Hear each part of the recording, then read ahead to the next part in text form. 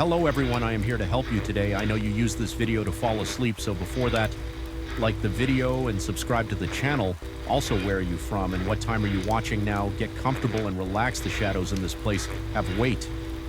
That's what I've come to understand after 15 years working the graveyard shift at Meridian Industrial Supply. They aren't just absences of light. They're presences gathering in corners, stretching across concrete floors, and lately watching me. I first noticed it 3 weeks ago.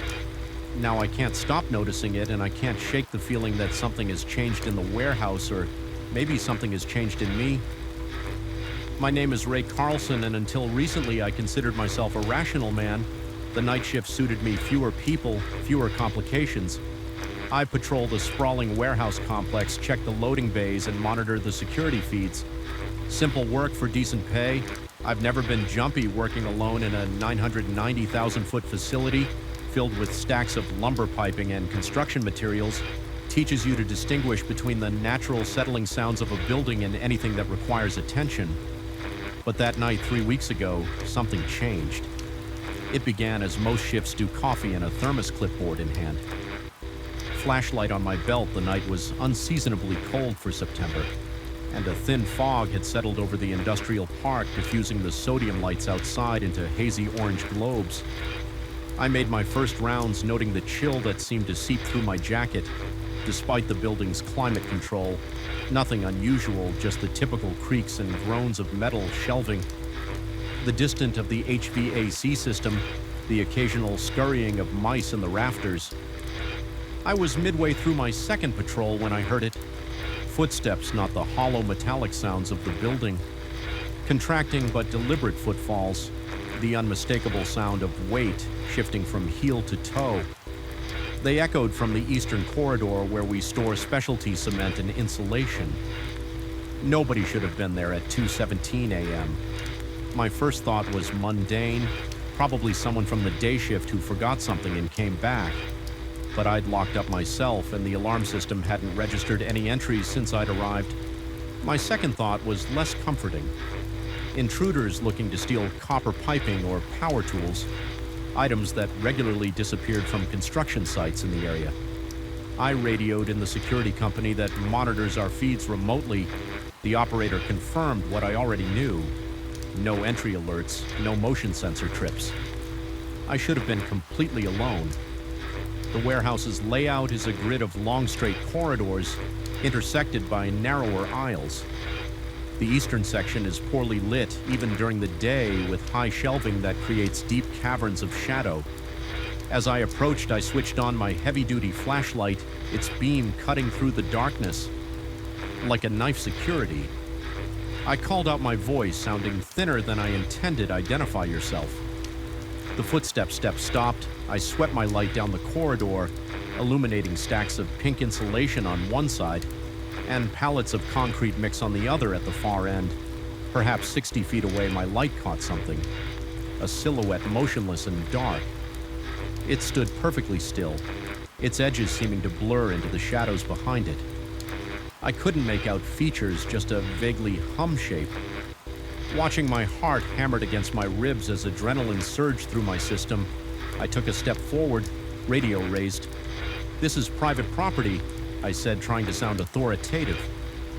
Despite the tremor in my voice, "Identify yourself, or I'm calling the police." The figure didn't move, didn't speak, just stood there as if considering me. I began walking toward it, flashlight beam fixed on the spot, though the light seemed to bend strangely around the silhouette, never quite illuminating it directly. My mouth went dry, and each step required more effort than the last, as if I were wading through invisible molasses when I was perhaps 20 feet away. The figure was simply gone, not like someone who ducked around a corner or ran. There was nowhere to run to. It was as if it had been absorbed into the darkness itself. I stood there, pulse throbbing in my temples as a cold sweat broke out across my back. I searched every aisle, every possible height and place. In that section, nothing, no doors had been opened, no windows breached. The building was secure. Later that night, I reviewed the security footage. What I saw didn't make sense. The cameras showed nothing in the corridor when I entered it. No silhouette, no intruder. but they did capture something else. Brief, almost subliminal distortions passing in front of each camera in sequence, like someone moving just fast enough to register as motion but not slow enough to be seen. Clearly, the timestamp showed these anomalies occurring throughout the building. Sometimes in areas I had just left, sometimes in areas I was about to enter. I convinced myself it was a technical glitch. Camera systems' malfunction sensors get triggered by changes in temperature or air pressure. There had to be a logical explanation, but then it happened again. 2 nights later, I was in the break room microwaving a frozen dinner when the fluorescent lights above me flickered. Once, twice, then steadied. The microwave digital display reset itself, blinking 12L, and I felt it a pressure change as if the air had suddenly become denser. The hair on my arm stood up, and I had the distinct visceral sensation of being watched slowly. I turned toward the doorway. Nothing was there, but the hallway beyond seemed darker than it should have been, as if the shadows had condensed into something more substantial. I abandoned my meal and spent the next hour checking every corner of the facility. Everything was secure, everything was normal, and yet nothing felt normal anymore. Over the following weeks, the incidents escalated in frequency and intensity. I began finding objects move between my rounds. A clipboard left on one shelf would appear on another. Tools arranged in specific patterns that I didn't create. Once I returned to the security office to find every monitor displaying the same empty corridor, though I was certain I'd left them cycling through different areas. I started documenting everything, keeping a detailed log of times, locations, and sensations. The pattern that emerged was unsettling. The phenomena clustered around 3:15 a.m., focused initially in the eastern corridor, but gradually spreading throughout the warehouse, and they always seemed to anticipate my movements occurring in areas shortly before I arrived. The physical manifestations of my fear became impossible to ignore. My resting heart rate increased. I developed insomnia that persisted. Even on my days off, I would jolt awake from half-remembered nightmares, convinced that a silhouette stood in the corner of my bedroom, watching my appetite disappear. And with it 15 pounds in 3 weeks, my supervisor noticed the change in me during a shift. Handover, he suggested I take some vacation time, commenting on the dark circles under my eyes, the way my hands trembled as I filled out the nightly report. I almost told him everything then about the footsteps, the silhouette, the displaced objects. But I could already imagine his reaction. He'd attribute it to stress or sleep deprivation. He might even suggest I seek professional help. Maybe I should have. Instead, I decided to confront whatever was happening. If something or someone was in the warehouse, I would find evidence I brought in additional equipment from home, a digital audio recorder, a thermal imaging attachment for my phone, motion-activated trail cameras I'd once used for a brief hunting phase. I set them up in the eastern corridor and other hot spots I'd identified for 2 nights. Nothing happened. The warehouse was quiet. Normal. I began to wonder if my mind had manufactured the entire experience. If stress and isolation had finally caught up with me after years of nocturnal solitude. Then came last night. I was in the security office reviewing camera feeds when the power went out. The emergency lights kicked on, immediately bathing the corridors in a dim reddish glow. I grabbed my flashlight and radio following protocol to check the circuit breakers. The main breaker panel is located in the basement level, a sprawling concrete space mostly used for storage of outdated inventory and discarded fixtures. I'd always disliked going down there. The ceiling is low, the pathways narrow and twisting, but I'd never feared it. Until last night, as I descended the stairs, the beam of my flashlight seemed to penetrate less deeply into the darkness, as if the shadows had become thicker, more resistant. The temperature dropped noticeably with each step, my breath forming clouds in the increasingly frigid air. The silence was absolute. No hum of electricity, no distant traffic sounds penetrating from outside, just the sound of my boots on concrete and my increasingly shallow breathing. I reached the breaker panel and found it untouched. No trip circuits, no obvious cause for the outage. As I was examining it, my radio crackled to life through bursts of static. I heard what sounded like breathing. Slow, deliberate breaths as if someone were standing very close to a transmitter. "This is Carlson," I said into the radio. "Who's there?" The breathing continued for several seconds, then stopped. The static cleared, and then I heard my own voice coming through the speaker repeating words I'd spoken earlier that night during a routine check-in. All clear in Section 4, moving to Section 5. A cold weight settled in my stomach. I switched off the radio, fighting the urge to run. I needed to return to the security office to check if anyone had entered the building during the blackout. That's when I heard the footsteps again. Not from the radio, but from somewhere in the basement. They were unhurried, deliberate, moving toward me. My flashlight flickered, dimmed, then brightened again. I swept its beam in the direction of the sound, illuminating stacks of old lumber, discarded display racks, and pallets of discontinued tile. The footsteps stopped. I held my breath, listening. Nothing then, a sound directly behind me. The soft scuff of a shoe on concrete. I spun around, heart pounding so hard I could feel it in my fingertips. My light caught something at the edge of its beam, that same dark silhouette now much closer than it had ever been before. Still featureless, still indistinct, but undeniably present. Fear paralyzed me. I couldn't move, couldn't speak. My light flickered again, and in that momentary darkness, I felt something cold brush against my cheek. Light as a breath, but deliberate as a caress. When the light stabilized, the silhouette was gone, but on the wall beside me where nothing had been. Before I saw a handprint not made of dust or dirt, but of absence, as if someone had pressed their palm against the concrete and somehow extracted all color and texture from that exact spot, leaving a perfect void in the shape of a hand. I don't remember running up the stairs, don't remember locking myself in the security office, but I remember the cameras coming back online one by one, each showing normal empty corridors, and I remember the timestamp on each feed, 3:15 a.m. I've called in sick today, the first time in 7 years. I'm sitting in my apartment with all the lights on, typing this account while the events are still fresh because I need to understand what's happening. Because I need someone to know the trail cameras and audio recorders are still in the warehouse, I should go back tonight to retrieve them to see if they captured anything. The rational part of me, the part that's shrinking by the hour, says there will be a logical explanation for everything. A prankster with access to the building, a malfunction in the electrical system.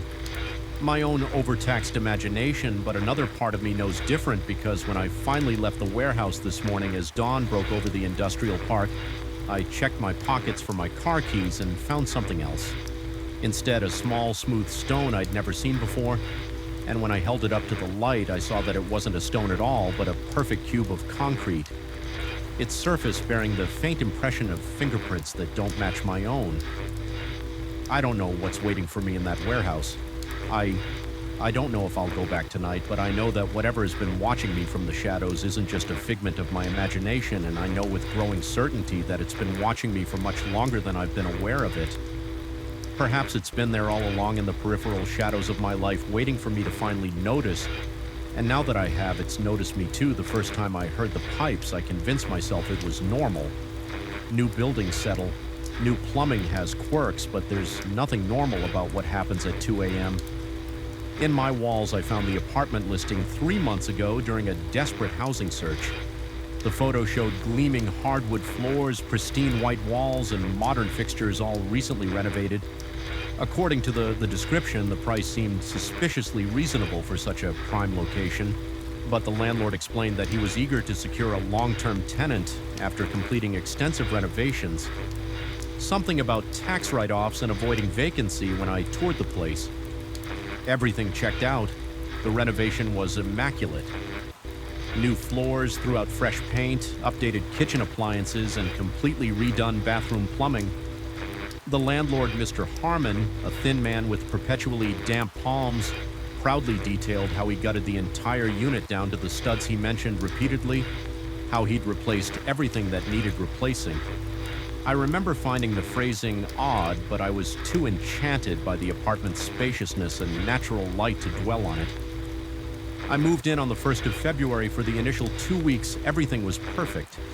I settled into a comfortable routine, enjoying the reliable water pressure and efficient heating system. System luxuries my previous apartment had sorely lacked. I even started sleeping better, no longer disturbed by the creaking floors and rattling windows of my old place. Then came the first night I heard it. I'd fallen asleep reading, only to jolt awake at exactly 2:03 a.m., according to my bedside clock. At first, I couldn't identify what had woken me. Then I heard it again. A distinct gurgling sound coming from inside the wall behind my headboard. It wasn't the normal sound of water running through pipes. This was different, irregular, almost rhythmic, like liquid being forced through a partially blocked passage. I pressed my ear against the wall. Tracking the sound, it seemed to move, flowing from one section of wall to another, traveling up, then horizontally, then down again. The path made no sense given the apartment's layout. I knew enough about basic PL to understand that water lines generally follow logical routes, straight lines connecting fixtures in the most direct way possible. This sound wandered like a maze. I checked every faucet on the toilet to ensure nothing was running or leaking.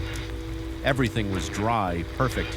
Even I convinced myself it was probably the upstairs neighbor using water at an odd hour and went back to bed. But the next night at precisely 2:03 a.m., the same sound returned, and the night after that and the night after that, always at the same time, always 2:03 a.m., following the same irregular pattern through my walls. Always lasting exactly 17 minutes before stopping as abruptly as it began. After a week of disrupted sleep, I contacted Mr. Harmon. His response was dismissive. Something about air trapped in the new pipes that would work itself out. Eventually, he seemed eager to end the conversation, reminding me how much money he'd spent on replacing everything that needed replacing. When I mentioned the precise timing of the sounds, his voice tightened. He suggested I was being overly sensitive to normal building noises. Perhaps I was, so I bought earplugs and tried to ignore it, but then came the tapping. It started 3 weeks into my tenancy. I'd pressed my ear against the wall, tracking the liquid sounds as had become my nightly ritual when I felt, rather than heard, a vibration, tap, tap, tap, as if someone was gently knocking from the other side of the wall. I pulled away immediately, heart pounding, then cautiously placed my palm flat against the cool surface. The tapping came again, 3 distinct vibrations, precisely spaced, then silence. I told myself it was pipes, contracting or expanding, a common occurrence in buildings. Even new plumbing can make knocking sounds when H-water runs through cold pipes, but this didn't feel mechanical. It felt intentional. I spent the next day at work researching plumbing systems on my breaks, looking for rational explanations. That evening, I methodically inspected every inch of the apartment, tapping walls and listening for hollow spots that might indicate unusual spaces or non-standard construction. Everything seemed normal, which somehow made it worse. That night, I stayed awake until 2 a.m., sitting cross-legged on my bed, watching the wall when the gurgling began, right on schedule. I didn't just listen, I documented. I recorded the sounds on my phone, timed their duration, and mapped their apparent path through my apartment. On a crude floor plan I'd sketched, the pattern was consistent with previous nights, but seeing it visualized disturbed me deeply. The sounds traveled in a pattern that resembled a crude figure eight, looped through my bedroom, bathroom, kitchen, and living room walls. No plumbing system would be designed this way. When the tapping began, I tried something new. After the 3 taps concluded, I reached out and responded with 3 taps of my own. The silence that followed was heavier than any I'd experienced before. The gurgling stopped mid-flow for nearly a minute. Nothing happened. Then from deeper within the wall came 5 distinct taps, slow, deliberate, unmistakably responsive. My mouth went dry, my pulse hammered in my throat, sweat beat along my hairline. Despite the cool air, I couldn't move, couldn't blink, couldn't breathe. I'd been prepared for the sounds to be mechanical, or at worst from a neighbor's apartment carrying through the shared walls. I wasn't prepared for direct communication. I didn't tap back. Eventually, the gurgling resumed its pattern, completed its usual 17-minute cycle, and ceased. The next day, I called in sick to work and spent hours inspecting the building's exterior. I studied old photos of the property I found online, looking for clues about its original construction or any history that might explain what I was experiencing. The building was over 80 years old but had been well maintained throughout its life. Nothing in its documented history suggested anything unusual. I approached a neighbor across the hall, casually inquiring about their experience in the building. The elderly woman seemed confused by my questions about plumbing. Noises she'd lived there for 12 years and never heard anything unusual at night. Certainly nothing at such specific times. When I asked about the previous tenant of my unit, her expression changed subtly. She mentioned only that the young man had left suddenly, breaking his lease. Mr. Harmon had started renovations immediately after that night, unable to face another 2 a.m. visitation alone. I invited a friend to stay over. Mark arrived with beer and skepticism. In equal measure, he laughed at my detailed sound log and the dark circles under my eyes. I didn't blame him. It all sounded absurd when spoken aloud. I didn't tell him about the responsive tapping. I couldn't bring myself to voice that particular detail. We stayed up watching movies, and I watched the clock obsessively as 2 a.m. approached. Mark was half asleep on the couch. When the time came, I held my breath waiting. Nothing happened. The apartment remained silent. No gurgling, no tapping. Just the normal sounds of a building. At night, Mark left the next morning, giving me a concerned look and suggesting I might want to talk to someone about my sleep issues and anxiety. I nodded. Embarrassed and confused, had I imagined everything was this some bizarre manifestation of stress or isolation. That evening, I returned from grabbing takeout to find the hallway light on. I was certain I'd left it off. It was an old-fashioned wall switch that made a distinctive click when flipped. Not something that could be triggered accidentally. I turned it off and went about my evening trying not to assign significance to what was probably my own forgetfulness. But at 2 a.m., I woke to find every light in my apartment on every single one, including lamps that needed to be physically switched on. The oven light behind its closed door, even the tiny LED on my electric toothbrush charging in the bathroom, all glowing all at once. And in the sudden harsh brightness, I could see something I'd missed before: a subtle discoloration on my bedroom wall, a long vertical seam where the fresh paint didn't quite match, as if a section had been patched and repainted separately from the rest of the renovation without conscious. This decision, I found myself standing before this section of wall. My hand raised, the gurgling had already begun following its usual pattern through the walls. When it reached the section before me, I placed my palm flat against the surface. It was warm, unnaturally warm, and beneath my palm I felt a distinct vibration. Not tapping this time, but a continuous tremor, as if something on the other side was pressing back. I snatched my hand away, but the sensation lingered on my skin, a phantom warmth and pressure that wouldn't fade. My heart thundered so violently I felt lightheaded. Sweat drenched my t-shirt despite the chill in the room. Every instinct screamed to run, to get out, to never return to this place. Instead, I found myself in the kitchen, returning with a hammer, standing before the discolored section of wall tool in hand. I hesitated. What was I doing? Property damage was illegal, would cost me my security deposit at minimum, but something deeper than rational thought drove me forward. Something primal that needed to know what was behind that wall. The first strike broke through the drywall easily, too easily, as if the material were softer than it should be. The second strike widened the hole enough for me to peer inside with the flashlight on my phone. What I expected, what would have been logical, was to see the ordinary innards of a wall stud's insulation, wiring, pipes, normal construction materials. What I saw instead was a narrow space, perhaps 8 inches wide, extending vertically between the studs. But instead of insulation, the space contained old copper pipes. Not the new PEX tubing Mr. Harmon had proudly shown me during the tour. These were ancient corroded tubes covered in a substance I initially took to be rust, but the color was wrong too, dark too, or organic. And wrapped around these pipes, threaded through them, woven into a complex pattern with something that resembled wiring, but moved slightly in ways electrical wiring shouldn't. I leaned closer, my phone's light revealing more detail than I wanted to see. Not wiring, something else.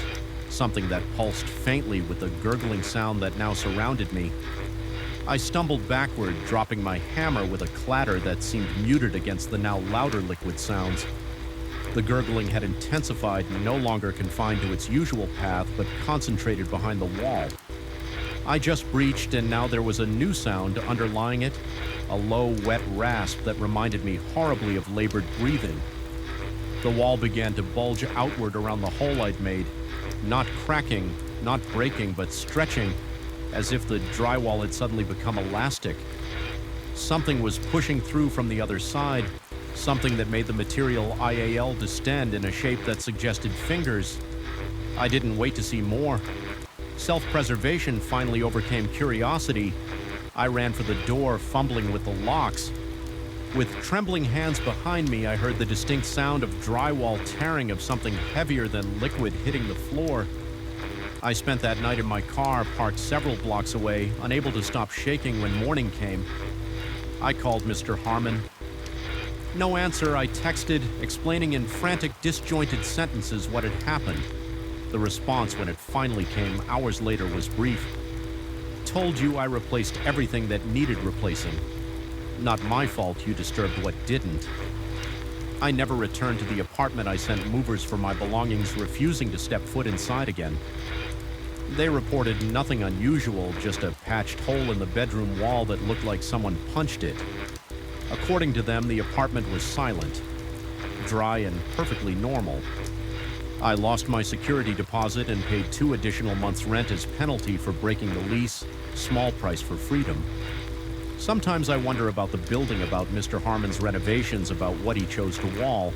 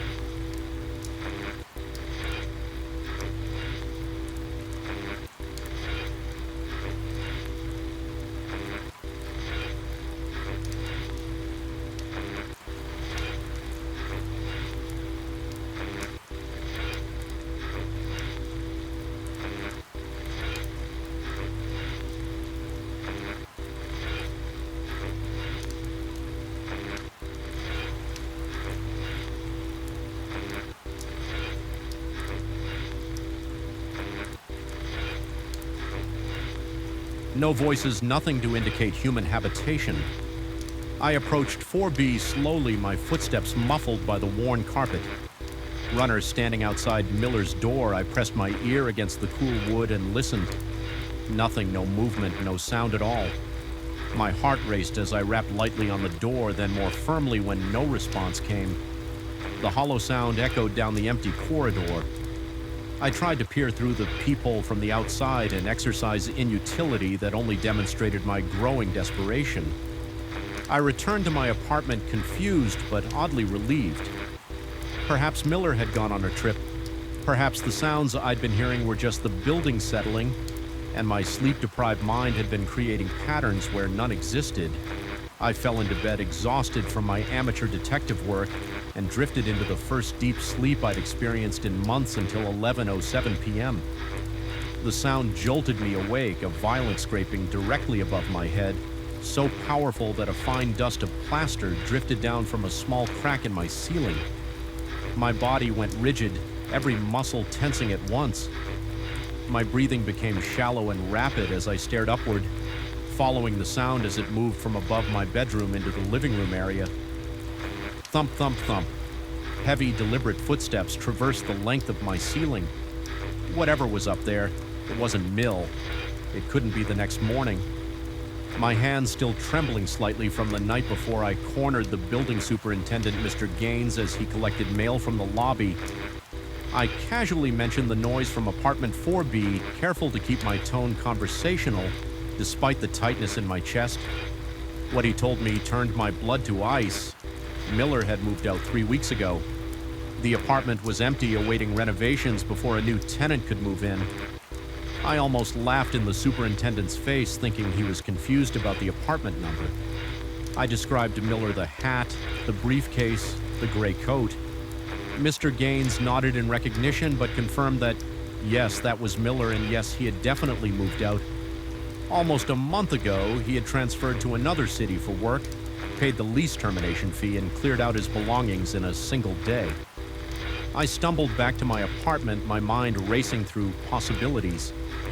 Perhaps Miller had left some furniture behind. Perhaps the renovation crew was working late nights. Perhaps the sounds were coming from a different apartment entirely, and my spatial perception was flawed. That evening, I asked Mr. Gaines for the key to 4B, inventing a story about a package delivered to me that might belong to the former tenant. He hesitated, clearly uncomfortable with the request, but eventually relented when I suggested the alternative was disturbing the property manager over such a trivial matter. The key felt unnaturally heavy in my pocket as I rode the elevator up to the 4th floor. My stomach churned with each ascending floor, and I could feel sweat gathering at my temples. Despite the building's perpetually overactive air conditioning, the elevator doors opened with a cheerful ding that seemed obscenely out of place, given the dread coursing through me. Apartment 4B's door looked exactly like mine, down to the peeling paint around on the brass numbers. I inserted the key with a trembling hand, half expecting it not to work, but it turned smoothly. The door swung inward to reveal nothing, absolutely nothing. The apartment was completely empty, no furniture, no boxes, no renovation supplies, just bare hardwood floors covered in a thin layer of dust that clearly hadn't been disturbed in weeks. The layout mirrored my own apartment. Below, a small entryway opening to a living room with a kitchen, alcove to the right, and a short hallway leading to the bedroom and bathroom. I stepped inside, my footsteps echoing in the vacant space. The windows were covered with brown paper, casting the room in a dim, sepia-toned light. I moved through each room, methodically checking closets, looking behind doors, inspecting the ceiling for signs of water damage or structural issues that might explain the sounds. Nothing was out of order, no loose floorboards, no exposed pipes. Nothing that could possibly create the cacophony I'd been enduring night after night. I found myself standing in the center of what would be the bedroom directly above my own, staring at the floor as if it might reveal its secrets. The room was cold unnaturally, so despite the warm spring day outside, my breath formed small clouds that dissipated quickly in the stagnant air. That's when I noticed it, a perfect circle. Circle of dust-free floor, approximately 3 feet in diameter, positioned exactly where a person might stand while looking out the window. I knelt down to examine it more closely. The wood there seemed different somehow, darker, more worn, as if that specific spot had endured decades more use than the surrounding floor. My finger traced the edge of the circle, and a jolt of something static electricity, I told myself, shot up my arm. I jerked backward, losing my balance and landing hard on my tailbone. Pain radiated up my spine, but it was nothing compared to the icy terror that flooded my veins when I heard it. A soft thump from inside the empty apartment, followed by another and another footsteps. Coming from the living room, I scrambled to my feet, hard hammering so violently I could feel my pulse in my fingertips. The room temperature seemed to drop another 10 degrees in an instant. My breath came in ragged gasps as I stood paralyzed, listening to the slow, deliberate footsteps approaching the bedroom. Thump, thump, thump. They stopped just outside the bedroom door. The empty doorway framed nothing but the dim hallway beyond. Yet I could feel a presence there, something watching. Waiting, aware of my intrusion, I backed toward the window, my eyes never leaving the doorway. My heel hit the circle on the floor, and suddenly the temperature plummeted further. Frost began to form on the window behind me. The air felt thick, resistant, as if I were trying to move through gelatin. A whisper emerged from the empty doorway. Not words exactly, but a sound so close to human speech that my mind strained to decipher it. It grew louder, transforming from a whisper to a moan to something approaching a scream, though all without ever becoming completely audible. My paralysis broke. I lunged for the apartment door, moving faster than I had in years, driven by pure animal terror. I didn't look back, didn't stop to close the door behind me, didn't even wait for the elevator. I took the stairs 3 at a time, nearly falling twice in my desperate descent. I haven't been back to my apartment since that day. 3 weeks ago, I'm writing this from a motel room 30 miles away, paid for with nearly the last of my savings. My few valuable possessions remain in apartment 3B, but nothing could compel me to retrieve them. I've called the property management company twice the first time I asked about the history of apartment 4. B, they told me nothing unusual had ever been reported. The second time I asked about breaking my lease, they reminded me of the substantial penalty. But I don't care. I can't go back there last night. I woke at exactly 11:07 p.m. My body drenched in cold sweat for a moment in the disorientation of sleep. I thought I was back in my apartment. I could hear it clearly, the scraping sound above me followed by heavy footsteps pacing methodically back and forth. But I'm on the top floor of this motel. There is no apartment above me here. As I lay rigid in bed, staring at the water-stained ceiling tiles, a realization crept over me like a shadow. It was never about the apartment. It was never about Miller. Whatever walks those floors at night has followed me here, and I suspect it will follow me wherever I go. Sometimes I think I catch glimpses of it in reflective surfaces, a tall, thin figure in a gray coat, its face obscured by the brim of an outdated hat. But when I turn to look directly, nothing is there tonight. I'll stay awake until 11:07 p.m. I'll listen for the footsteps, and I'll finally make my choice. Continue running from something that can apparently follow me anywhere, or confront whatever has decided that my ceiling is its floor. I already know which option I'll choose. Some mysteries should remain unsolved, some doors should stay closed, and some sounds like heavy footsteps in an empty apartment should be ignored, even when they shake the very foundation of your reality. Especially then, the walls of the Belmont Hotel had absorbed 70 years of whispers. I noticed it immediately, that particular silence. Old buildings have where the quiet itself feels heavy with all its holding back. My footsteps on the worn burgundy carpet echoed down the third-floor corridor, each step absorbed into the stillness. Like a stone dropped into thick mudroom, 307 waited at the end of the hallway, its brass numbers dulled with age. I had chosen this place for its location and its price, not its charm. That was my first mistake.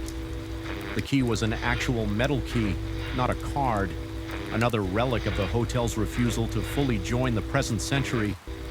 It turned with resistance in the lock, as if the door itself was reluctant to allow entry. The room smelled of furniture polish and something else beneath it, a musty thickness that hung in the air like invisible smoke.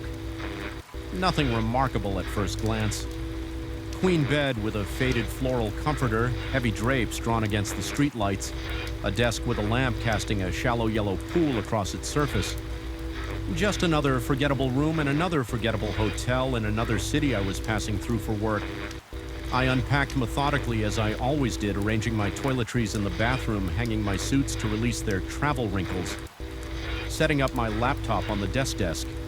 Routine calms me. I travel 40 weeks a year selling industrial equipment across 6 states. Hotel rooms are more familiar to me than my own apartment. I know their rhythms, their peculiarities. I can tell within minutes whether the shower will run hot, whether the air. Conditioning will rattle all night, whether the walls will allow me to hear every intimate detail of my neighbors' lives. But the Belmont felt different from the start. Not just old I could handle, but aware. Somehow I dismissed this thought as exhaustion from the 6-hour drive and ordered dinner from a nearby they place, ate at the desk.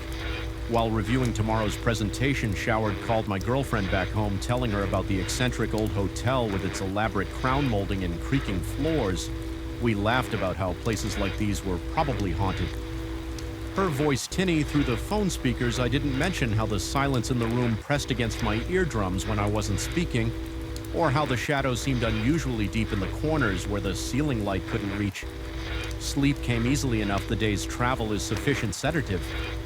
I woke disoriented at 3:17 a.m. My throat parched. The digital clock's red numbers cast the only light in the absolute darkness of the room. Something had woken me, though I couldn't identify what. I reached for the water bottle on the nightstand, finding it empty. With a sigh, I swung my legs over the side of the bed, the floor cold against my bare feet. That's when I heard it, a voice low and indistinct, like someone speaking just below normal conversational volume. It seemed to be coming from somewhere nearby, not my room, but close the wall, shared with room 309. Perhaps I froze water forgotten, straining to make out words. The cadence was conversational, rising and falling as if in dialogue, though I could hear only one voice. I couldn't distinguish gender or age, just a continuous murmur that occasionally peaked into almost comprehensible phrases before subsiding again. My skin prickled with goosebumps despite the room's warmth. Something about that voice felt wrong. The tone, perhaps, or the hour, or the fact that it never paused for response. After several minutes, curiosity overcame discomfort. I pulled on sweatpants and moved to the door. Pressing my ear against it, the voice was clearer in the entryway, definitely coming from the hallway or the adjacent room. I turned the handle slowly, wincing at the slight creak as I pulled the door open an inch. Then wider, the hallway stretched empty in both directions, the dim safety lights creating pools of yellowish illumination every 15 feet. The worn carpet runner absorbed sound, creating a vacuum-like silence, but the voice continued, now seeming to emanate from directly beside my door from room 309. I stepped fully into the corridor, the door clicking shut behind me. My heart rate accelerated, each beat a distinct thump against my ribs.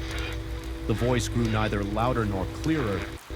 Despite my proximity, I approached room 309, standing directly before it. The murmuring continued at exactly the same volume as if the speaker remained at a constant distance. Regardless of my movement, I raised my hand to knock, then hesitated. It was nearly 3:30 a.m. What business did I have disturbing another guest? What would I even say? Yet something compelled me to knock softly, my knuckles barely making contact with the wooden door. The voice stopped immediately. Complete silence descended, broken only by my increasingly shallow breathing. I waited seconds. Stretching uncomfortably, no answer came. No sounds of movement within. Nothing to indicate anyone had heard me at all. I retreated to my room, the back of my neck tingling with the distinct sensation of being watched. Sleep eluded me for hours afterward, my body alert to every creak and settle of the old building. The voice did not resume. That night morning brought rationality with its light. I dismissed the incident as a guest with insomnia having a late-night phone conversation. The peculiar acoustics of the old hotel had simply made it difficult to pinpoint. The source at breakfast in the small hotel dining room, I casually asked the receptionist about the occupancy on the third floor. She consulted her computer, then informed me that aside from my room, the entire third floor was unoccupied. Due to ongoing renovations at the far end of the hall, a cold sensation spread across my shoulder blades. I asked specifically about room 309. She checked again, confirming it was vacant and had been for several weeks. I must have heard someone from another floor, she suggested, or perhaps sounds from the street. The building was old, and sound traveled strangely. Her explanation was practical, delivered with the practiced smile of someone accustomed to smoothing over guests' concerns. I nodded and thanked her, but a seed of unease had been planted throughout my meetings that day. My mind kept returning to that murmuring voice and the empty room it supposedly came from. I considered requesting a room change, but dismissed the thought as an overreaction. One unexplained voice in the night hardly justified disrupting my stay. Besides, I told myself it was probably just someone in another room or even outside old buildings play tricks with sound. That night, I returned late from dinner with clients. The Belmont's lobby was dimly lit, the ancient chandelier casting prismatic shadows across the worn marble floor. The night clerk nodded as I crossed to the elevator, his eyes barely lifting from his computer screen. The elevator's brass gate closed with a metallic clang that echoed up the shaft as I ascended. I felt an increasing heaviness in my chest, an inexplicable reluctance to return to the third floor. The corridor was silent when I stepped out. I walked briskly to room 307, telling myself I was being ridiculous. Inside, I prepared for bed with deliberate normality. I placed a full water bottle on the nightstand, eliminating any need to leave the room during the night before turning off the light. I checked that the door was securely locked, testing the handle twice. Sleep came fitfully, my subconscious alert for unusual sounds. I woke several times to ordinary hotel noises, the hum of the heating system, distant doors closing, water running through pipes at 24:03 a.m. I jerked fully awake. The voice had returned this time. It was louder, clearly emanating from the hallway directly outside my door. No longer a murmur, but an urgent, insistent monologue, still indistinct in its words, but unmistakable in its presence. I lay rigid in bed, cold sweat beating across my forehead. My mouth dried instantly, my tongue sticking to the roof of my mouth, every muscle tensed as I strained to understand what was being said. The voice continued unabated for several minutes, rising and falling in its intensity, but never resolving into comprehensible language. It was neither male nor female, but somehow both simultaneously, its tone shifting between what seemed like pleading and explaining. I fought the overwhelming urge to cover my ears, to block out that persistent, unintelligible speech against all better judgment. I slid from bed and approached the door. The room's chill air raised goosebumps across my arms as I pressed my eye to the peephole. The distorted, fishy view showed an empty hallway impossible. The voice was directly outside, so close it might have been speaking into the very door itself. My hand trembled as I reached for the doorknob. Logic wared with instinct. There was no explanation for a disembodied voice, yet my senses insisted on its reality. The metal knob felt impossibly cold against my palm. I turned it slowly, pulling the door open. Across the hallway was empty, yet the voice continued uninterrupted now, seeming to come from the space directly before me where no one stood. My vision blurred at the edges, darkness creeping in as my breathing became rapid and shallow. The physical impossibility of what I was experiencing sent pulses of adrenaline surging through my body. I slammed the door shut, fumbling with the lock, then backed away until my legs hit the bed. The voice stopped abruptly. The silence that followed was almost worse, expectant, as if waiting for me to make the next move. I sat motionless on the edge of the bed, ears straining for any sound. Minutes passed, nothing. Eventually, exhaustion overcame fear, and I fell into troubled sleep. Shortly before dawn at breakfast, I approached the front desk with as much composure as I could muster. The day clerk was an older man with weary eyes and thinning gray hair. When I mentioned hearing voices on the third floor, his expression shifted subtly from professional courtesy to guarded recognition. I pressed further, asking directly if other guests had reported similar experiences. He hesitated before admitting that yes. Over the years, there had been occasional reports of voices in the hallways, particularly on the third floor, most often in the small hours of the morning, always seemingly engaged in one-sided conversations that never resolved. He delivered this information reluctantly, watching my reaction carefully as if gauging whether he'd shared too much. I asked if he knew what the voices were saying. His response was evasive. No one had ever been able to make out specific words, only the impression of urgent communication. The phenomenon had been occurring for decades. Long before his employment, the hotel management generally attributed it to the building's acoustic peculiarities and its location near a hospital where ambulance sirens and emergency room activity continued through the night. His explanation was reasonable but delivered with the practiced ease of something repeated many times. I noticed he didn't meet my eyes as he spoke when I mentioned that the voice seemed to be directly outside my door where no one stood. He fell silent, busying himself with papers on the desk. After a moment, he asked if I would like to change rooms. I accepted immediately. My new room was on the first floor, smaller but renovated more recently. I spent the day distracted, researching the Belmont's history. Between meetings, the hotel had opened in 1932 and operated continuously since changing ownership several times, nothing in its public. History suggested tragedy or circumstances that might explain supernatural activity. Yet online review sites contained scattered comments about strange noises and talking in the hallways that the management consistently attributed to the building's age and sound-carrying properties. That night, I slept soundly in my new room, undisturbed by voices or other phenomena. The following night passed similarly. By my final night at the Belmont, I had nearly convinced myself that my experience had been some combination of exhaustion, the building's acoustics, and my own suggestibility. As I checked out the next morning, the night clerk who was finishing his shift handed me my receipt. He commented that I seemed to have slept better after changing rooms. I agreed, adding that the third floor had been unsettling. A shadow passed across his features. He glanced around to ensure no one was within earshot.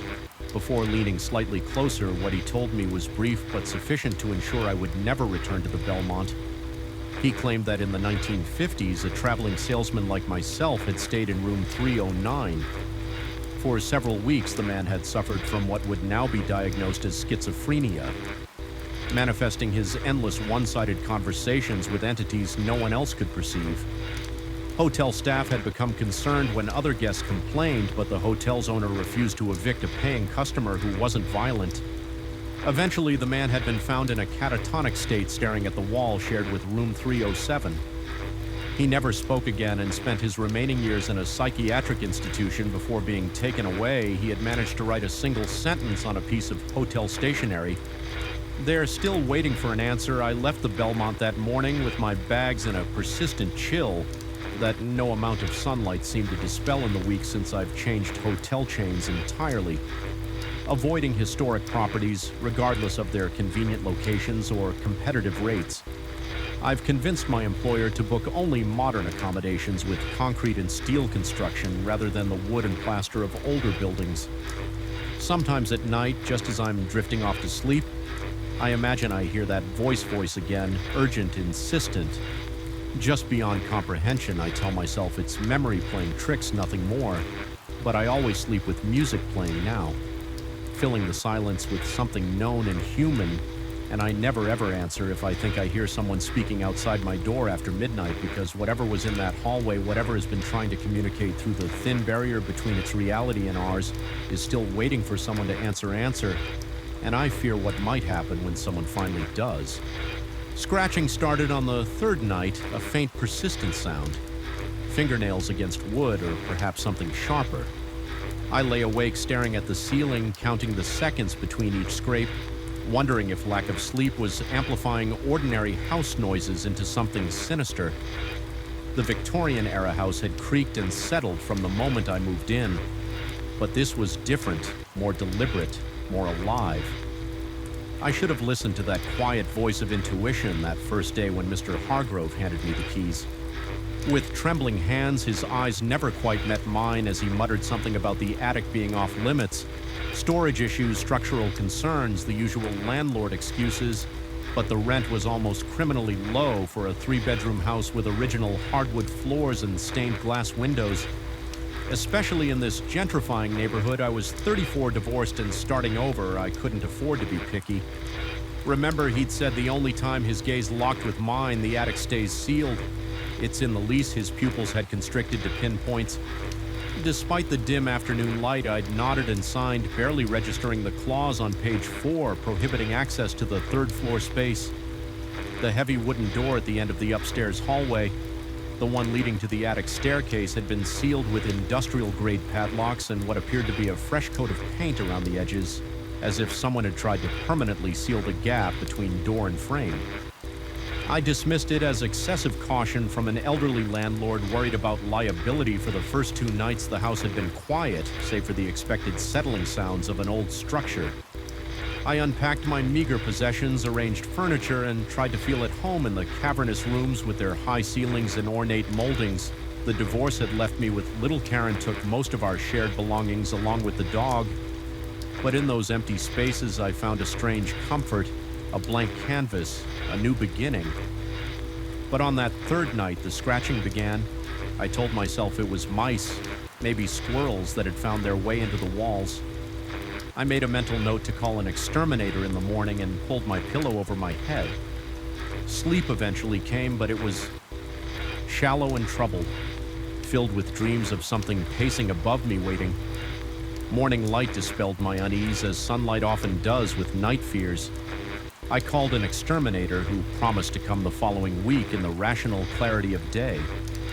I convinced myself the noises were nothing more than wildlife, a common issue in century-old houses. I went to work, taught my high school English classes with my usual enthusiasm, and returned home feeling foolish about my midnight anxieties.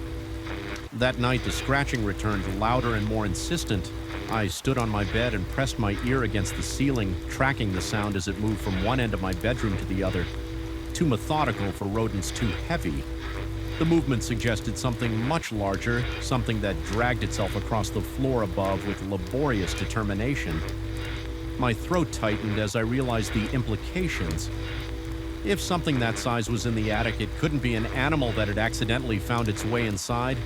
It would have to be something that had been deliberately placed there, or something that had chosen to make its home there.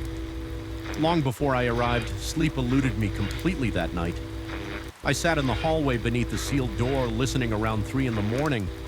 I heard what sounded like a muffled exhalation, a long rattling breath from something with compromised lungs. My skin prickled with goosebumps and sweat beaded on my forehead. Despite the cool air, when dawn broke, I called Mr. Hargrove. His voice hardened when I mentioned the attic, and he dismissed my concerns with rehearsed efficiency. Probably the wind through the eaves, he suggested. Old houses make noise. Nothing to worry about when I pressed him. Mentioning the distinct sound of movement, he abruptly informed me he was late for an appointment and hung up. The following day at school, I found myself distracted, jumping at the slam of lockers and struggling to maintain my train of thought during lectures.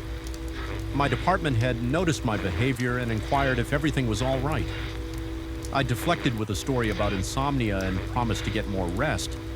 How could I explain that something unseen was stalking the floor above my bedroom that my landlord seemed terrified of? Whatever lurked behind that padlocked door that evening, I invited Mark, my only friend in town, over for dinner. I needed another person to witness what I was experiencing. We sat in the kitchen eating takeout when the ceiling above us creaked a long, deliberate stride from one end to the other. Mark froze mid-bite. What the hell was that? The validation I felt was almost worth the terror. I wasn't imagining things I explained about the sealed addy, the landlord's warnings, the nightly disturbances. Mark suggested we investigate his presence emboldened me, and we ascended to the 2nd floor. Stopping before the padlocked door up close, I noticed details I'd overlooked before: deep gouges in the wood around the frame, as if something had clawed repeatedly at the edges. The paint ceiling. The door wasn't just around the edges, it formed strange symbols. At intervals halfway between hieroglyphics and mathematical notations, Mark ran his fingers over the marks.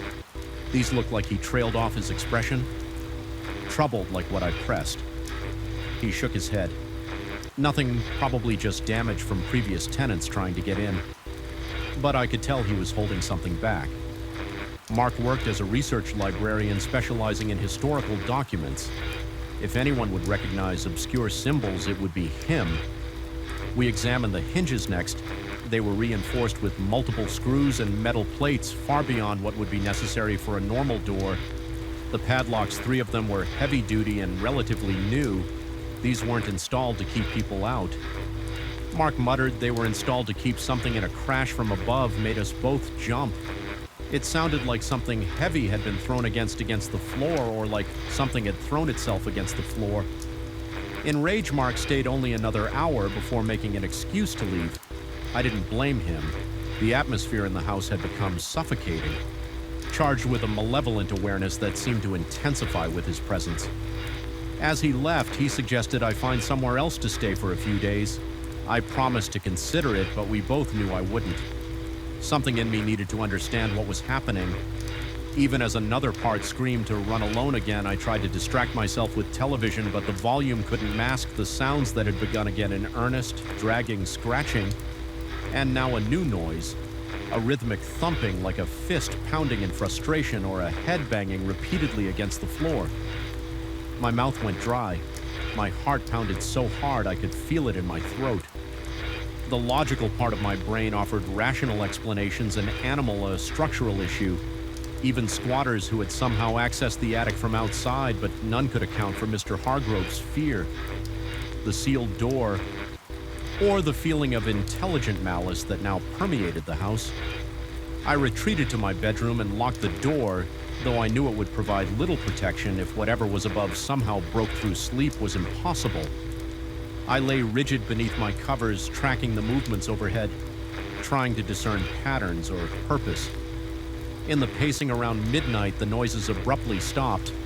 The silence was somehow worse pregnant with anticipation. I strained to hear even the faintest sound, but there was nothing. Minute stretched into an hour of perfect stillness. Then I heard a new sound coming. Not from above, but from the hallway outside my bedroom. A slow dragging step followed by another. The distinct sound of labored breathing. A soft thud against my door as if something had pressed itself against the wood. The door handle turned, slowly testing the lock. I bit down on my fist to keep from screaming. My legs trembled so violently the bed frame shook.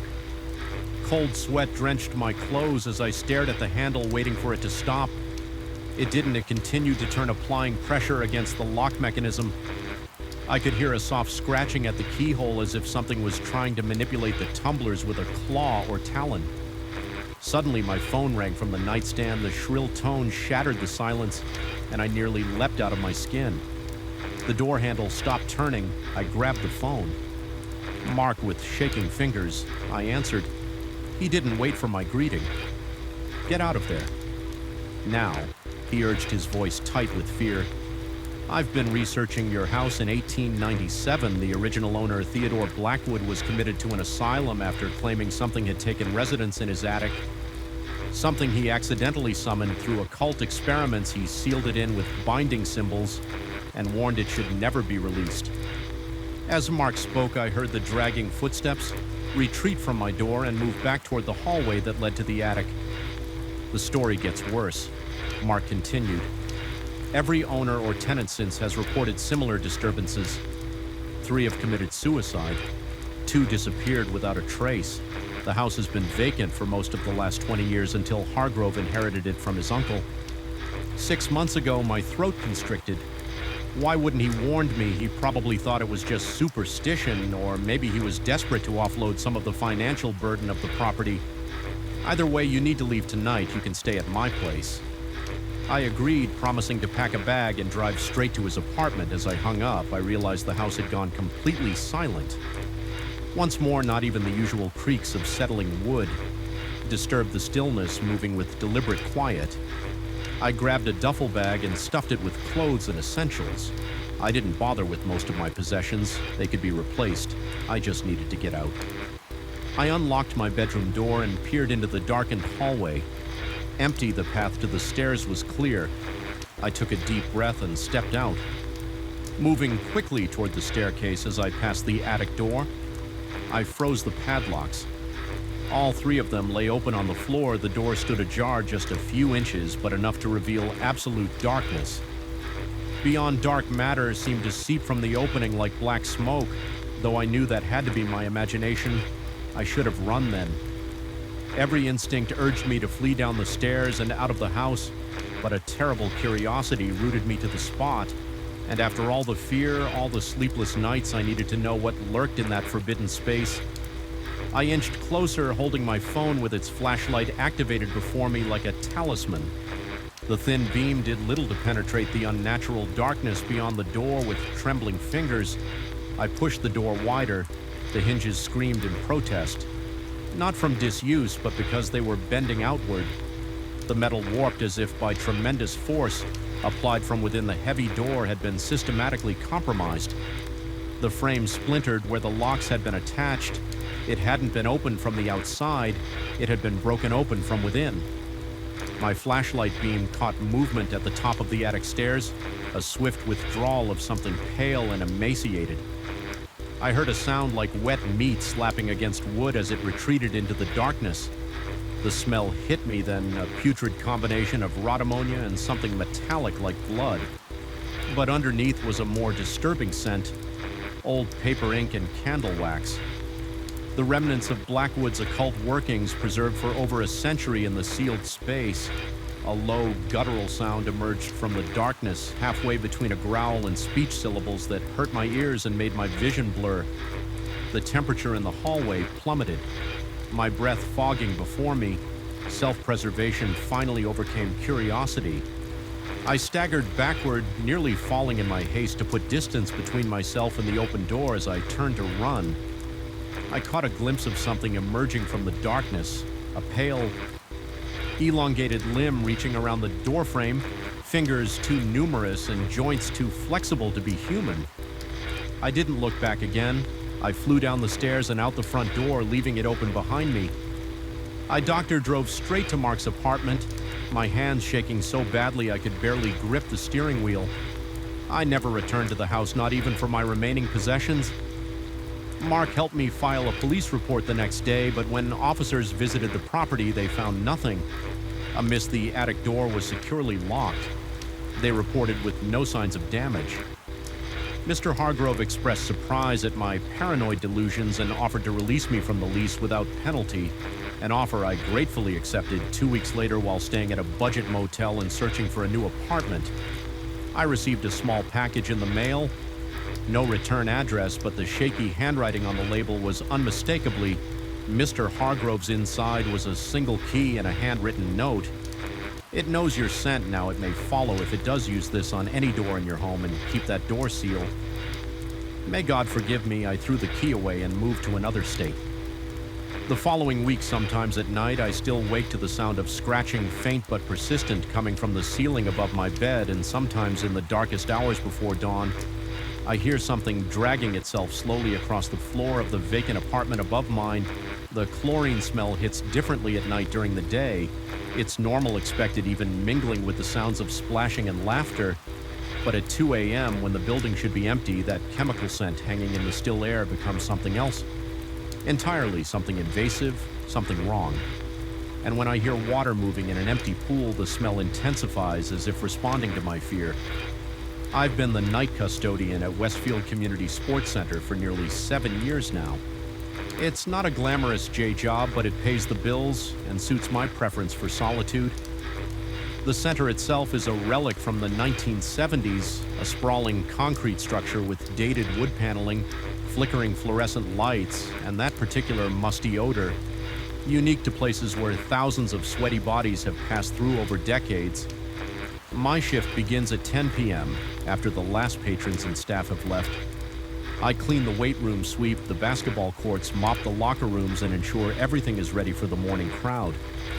Most nights are uneventful, just me and my cleaning cart, moving through the empty building, my footsteps echoing against the walls. I've grown accustomed to the various sounds an old building makes at night, the settling of foundations, the hum of vending machines, the occasional rattling in the ventilation system, but the pool area has always been different. The indoor pool is housed in its own wing, a large glass roof space with poor acoustics and perpetual humidity. Even during busy hours, voices echo strangely in there. Distorted by the water and tile surfaces at night, that echo effect seems to intensify, as if the space itself is somehow larger in the darkness. The first incident happened about 3 months after I started. I was passing by the pool entrance around midnight when I heard what sounded like someone doing laps. The rhythmic splash of arms cutting through water, the distinct sound of someone coming up for air. I froze, convinced we had an after-hours trespasser. It wouldn't be the first time some teenagers had found a way to sneak in for a midnight swim. When I pushed open the heavy double doors, the splashing immediately stopped. I hit the light switch, illuminating the vast space in harsh fluorescent light. The water surface was completely still, a perfect blue mirror reflecting the ceiling. No ripples, no movement, no sign that anyone had been there at all. I searched the entire area, checking bathroom stalls, looking behind equipment, even examining the emergency exits for signs of forced entry. Nothing. Security hadn't reported any breaches, and the building's old but functional alarm system hadn't been triggered. I convinced myself I'd imagined it, or perhaps heard water moving through the pipes. Old buildings make strange sounds after all, but it happened again 2 weeks later. This time the splashing was more frantic, like someone thrashing in the water. I rushed in, faster heart, hammering against my ribs, certain I'd find someone in trouble again. Nothing, just that impossibly still water and the overpowering smell of chlorine that seemed to cling to my clothes for hours afterward. Management brushed off my concerns when I mentioned it. The building manager, a perpetually exhausted man named Taylor, suggested it was probably just the filtration system. Cycling on the maintenance supervisor theorized that temperature changes at night cause the water to expand and contract, creating sounds. Both explanations seemed reasonable, and I wanted to believe them. For a while, I avoided the pool area during my shifts. I'd speed through my cleaning duties there early in the evening and find reasons to stay in other parts of the building during the later hours. But eventually, curiosity got the better of me. I began lingering near the entrance, listening for those sounds, almost hoping to hear them again so I could prove to myself that I wasn't losing my mind on a particularly cold Tuesday in November. I got my wish. The splashing was unmistakable, loud enough that it sounded like an entire swim team practicing relays. I didn't immediately rush in this time. Instead, I pressed my ear against the door, listening to the rhythmic sounds, trying to detect any pattern or explanation. Then came a new sound, a low gurgling moan that raised the hair on my arms and sent ice through my veins. I backed away from the door, my heart thundering in my chest. My first instinct was to leave to call security or even the police, but I knew what they would find. Nothing, just like every other time. Whatever was happening in there, it seemed visible or audible only to me. That night, I went home and researched the history of the sports center. The building had been constructed in 1974, renovated twice since then, but the pool area remained largely unchanged. There were no newspaper reports of drownings or accidents, no tragic stories that might explain what I was experiencing. The place had an unremarkable history, just decades of swim lessons, water aerobics classes, and community events. The following week, I brought a digital recorder with me. If I couldn't see anything unusual, perhaps I could at least capture the sounds. I set it up near the pool entrance around 11:30 p.m. and continued with my cleaning duties elsewhere. When I retrieved it an hour later, my hands were shaking so badly I could hardly press the playback button. The recording contained nothing but static and the occasional sound of the building's heating system cycling on. No splashing, no moaning, nothing. To validate what I'd been hearing, I began to seriously question my sanity. Was I experiencing auditory hallucinations? Was the isolation of night shifts finally getting to me after years? I even scheduled an appointment with my doctor, who found nothing physically wrong, but suggested I might be experiencing stress-induced sensory anomalies. He recommended a psychiatrist, but I never followed through with the referral. Instead, I became obsessed with proving what I heard was real. I installed a small personal security camera aimed at the pool, camouflaged among the safety equipment on the wall. It was technically against company policy, but my need for answers outweighed potential consequences for 3 nights. The camera recorded nothing unusual, just an empty pool area with occasional shadows cast by passing clouds over the glass ceiling. On the 4th night, everything changed. The footage began normally, the still pool illuminated by the dim emergency lighting at 1:17 a.m. The surface of the water began to ripple slightly from the center outward, as if disturbed by a gentle touch. The ripples increased in intensity until the entire pool appeared to be churning water, sloshing against the edges, and yet there was no visible cause. No object, no person. Nothing falling from above, just the water itself, moving as if alive at 1:22 a.m. The camera's image became distorted, the screen filling with static when the picture cleared. 10 seconds later, the pool was completely still again. The timestamp showed no skip in recording whatever had happened. The camera had captured it, or tried to. I watched the footage over and over, a cold sweat breaking out across my forehead. This was proof evidence that something was happening in that pool, something that defied logical explanation. That same night, I made the decision to confront whatever was in there. I waited until 1 a.m. when the building was at its quietest. I entered the pool area, leaving the lights off, except for my flashlight. The chlorine smell hit me immediately, stronger than usual. Almost eye-watering in its intensity, I called out, my voice echoing against the tile walls. I asked if anyone was there, feeling immediately foolish for speaking to an empty room. The water remained still, reflecting the beam of my flashlight like black glass. For nearly 20 minutes, I stood there waiting, listening. Nothing happened. No movement, no sound. I began to wonder if the phenomenon was somehow aware of my intentions, if it was hiding from my scrutiny as I turned to leave. Defeated in questioning my investigation, the sound began, not splashing this time, but a slow rhythmic dripping like water falling from a great height into the pool. Drop by drop, I swung my flashlight toward the sound, but saw nothing. The dripping continued, growing faster, more insistent, until it became a steady stream. A wave of dizziness washed over me. The smell of chlorine became overwhelming, filling my lungs, making it difficult to breathe. The beam of my flashlight dimmed the batteries, seemingly draining. In real time, in the fading light, I saw the water begin to move, not in ripples or waves, but rising upward in a column from the center of the pool. I backed away, unable to process what I was seeing. The column grew taller, taking on a vaguely humanoid shape, a head, shoulders, arms forming from liquid that somehow maintained its form outside the confines of the pool. My back hit the wall, and I realized I had nowhere to run. My legs refused to move. Frozen in primal terror as the water figure drifted toward the edge of the pool. Nearest to me, it had no face, no features, just a suggestion of human form composed entirely of pool water. Yet somehow I felt it watching me, studying me with an intelligence that made my skin crawl. The chlorine smell became mixed with something else, something older and more organic, like algae or river mud. My chest constricted as I struggled to breathe. Black spots danced at the edges of my vision. I was certain I was about to lose consciousness when the overhead light suddenly blazed to life. The water figure collapsed instantly, splashing back into the pool with a sound like a body falling from height. I looked toward the door and saw Taylor, the building manager, his hand still on the light switch, staring at me with concern and confusion. He wanted to know what I was doing in the dark, why I looked so terrified I couldn't form coherent words, could only point toward the pool that was now perfectly still under the harsh fluorescent lights. Taylor checked the time, nearly 3 a.m., and suggested I'd fallen asleep on the job, perhaps had a nightmare.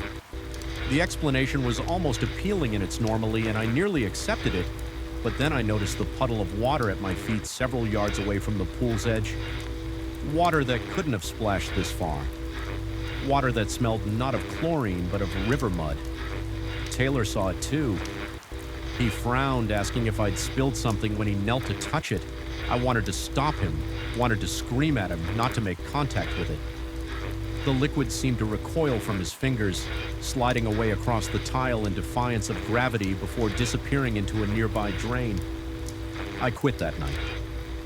handed Taylor my keys, mumbled something about health issues, and never returned to collect my final paycheck. He didn't try to convince me to stay, just gave me an odd evaluating look before nodding slowly as if confirming something to himself. It's been 6 months since I left the Westfield Community Sports Center. I found other workday shifts only and mostly convinced myself that stress and isolation were responsible for my experiences. Almost 2 weeks ago, I received a small package in the mail. No return address. Just my name and apartment number. Inside was a USB drive containing a single video file security footage from the pool area, dated 3 days after my departure. The familiar scene of the empty pool at night, the water beginning to move with no apparent cause. But this footage continued longer than mine had the water. Rose formed its humanoid shape and then changed features appeared in the watery form, a face-taking shape, eyes, opening mouth, moving as if speaking words. The camera couldn't capture. It was my face looking back from that watery body. The video ended there, replaced by a text document containing just 3 sentences. The pool has always remembered those who fear it. It collects their reflections, their impressions left on the water. Sometimes it gives them back. I've moved twice. Since receiving that package, I avoid all bodies of water larger than a bathtub. I don't swim, don't visit beaches, don't walk near lakes or rivers. I've installed waterproof cameras throughout my apartment, focused especially on bathroom drains and faucets at night. I often wake to the sound of distant splashing, though there's no water source nearby that could EXP explain it. Sometimes the air in my bedroom smells faintly of chlorine, a scent that now sends me into immediate panic. The worst part isn't the fear of what might be following me, it's the growing sense that whatever is haunting me isn't some external entity from that pool. The real horror is the possibility that part of me never left that building, that some essential piece of my consciousness was somehow extracted and now exists separately trapped in water, trying to find its way back to me, or perhaps trying to replace me entirely. Every mirror I pass, every reflective surface shows me myself, but sometimes just for a moment my reflection seems to move independently, its expression slightly out of sync with my own, a subtle wrongness that vanishes when I look directly at it but returns in my peripheral vision. I don't know how long I can continue living this way, jumping at the sound of running water, avoiding rain, suspecting my own reflection of malevolent intent. But I know one thing with absolute certainty: whatever began in that pool isn't finished with me, and sometimes in my darkest moments of doubt, I wonder if I'm still there, standing at the edge of that pool in the middle of the night, hallucinating this entire life as my body slowly drowns, pulled under by something that has waited decades for company. The thought almost makes me hope that the flashing sounds I hear coming closer each night will finally reach me, if only to confirm which version of reality is true. The first time I heard the footsteps, I dismissed them. The second time I questioned them. By the third time I feared them. Now I know they're waiting for me, and the worst part is that I don't know why my name is Daniel Mercer. I've worked at Crawford & Associates Accounting for 8 years, and until 3 weeks ago, my biggest concern was meeting tax season deadlines. Funny how quickly your priorities change when you realize something impossible is happening around you, something that defies explanation, something that follows you. Our office occupies the entire 4th floor of the Grayson Building, a 1970s concrete structure that's about as charming as you'd expect from that arch at Ural era.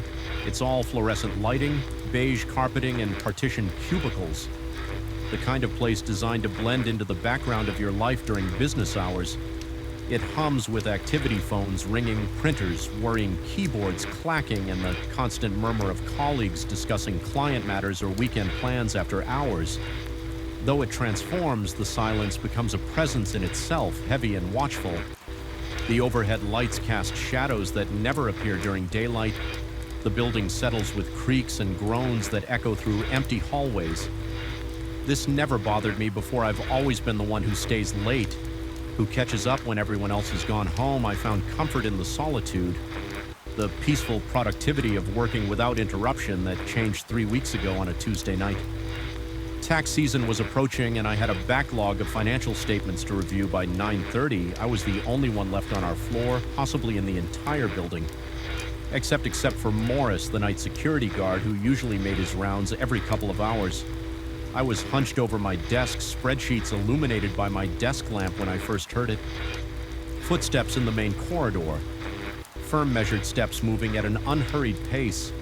The sound carried clearly through the silent office heel to toe, the distinctive cadence of hard-soled shoes on carpet. I assumed it was Morris doing his rounds. "Hey, Morris," I called out, not looking up from my screen, going to be another hour or so here. No response came, just the continued sound of footsteps that suddenly stopped. I frowned, lifting my head to listen. Nothing. The corridor outside my office had fallen silent. "Morris," I called again. Pushing back from my desk, the silence stretched on, broken only by the soft hum of my computer and the distant rumble of the HVAC system. A trickle of unease raised the hair on my arms. I stood, walked to my office door, and peered out into the hallway. Empty, the long corridor stretched in both directions, dimly lit by the emergency lighting. No sign of Morris or anyone else. I stepped fully into the hallway and walked its length, checking the break room, the conference area, even the restrooms. Nothing. The entire floor was deserted back at my desk. I rubbed my eyes. Fatigue was making me imagine things. Perhaps the building's old pipes or ductwork created sounds that resembled footsteps that had to be. I returned to my spreadsheets, determined to finish before midnight. 20 minutes later, the phone rang, not my direct line, but the extension on the desk adjacent to mine. A workstation that had been vacant since Lindsay from payroll left the company 4 months ago. The sudden shrill ring in the silent office made me jolt, heart hammering against my ribs. I stared at the blinking light on the phone. Base confused, that line shouldn't be active. It had disconnected it weeks ago when they collected Lindsay's equipment. It continued ringing, the sound unnaturally loud in the empty office. After 5 rings, I reached over and picked up the receiver. "Hello, Crawford and Associates." I said, my voice sounding strange to my own ears. No one answered. Instead, I heard what sounded like someone breathing, faint but unmistakable, along with a subtle static that ebbed and flowed like waves on a distant shore. I pressed the phone tighter to my ear. "Hello, who is this?" The breathing continued, neither accelerating nor stopping, as if someone had called me just to let me hear them exist. The longer I listened, the more wrong it felt. The breath seemed to come at precisely timed intervals. Too regular to be natural, my mouth went dry. Look, I don't know who this is, but the line went dead. I set the receiver back in its cradle, my hand trembling slightly. A wrong number, I told myself. Or a glitch in the phone system. The rational explanations lined up in my mind, but none of them explained why my skin felt too tight, or why I suddenly wanted to be anywhere but alone in that office. I saved my work and shut down my computer. The finance statements could wait until morning as I gathered my things. The overhead lights flickered once, twice before stabilizing, just a power surge. I reasoned even as my pulse quickened, moving quickly. Now I switched off my desk lamp and headed toward the exit. The main office lights were controlled by a panel near the elevators. As I approached it, I heard the footsteps again, this time behind me. I froze mid-stride, my breath catching in my throat. The steps were closer than before, moving at that same deliberate pace, heel to toe. I turned slowly, expecting to see Morris or perhaps the cleaning crew. I'd forgotten about the hallway stretched empty before me, silent and still. "Hello?" My voice cracked. "Is someone there?"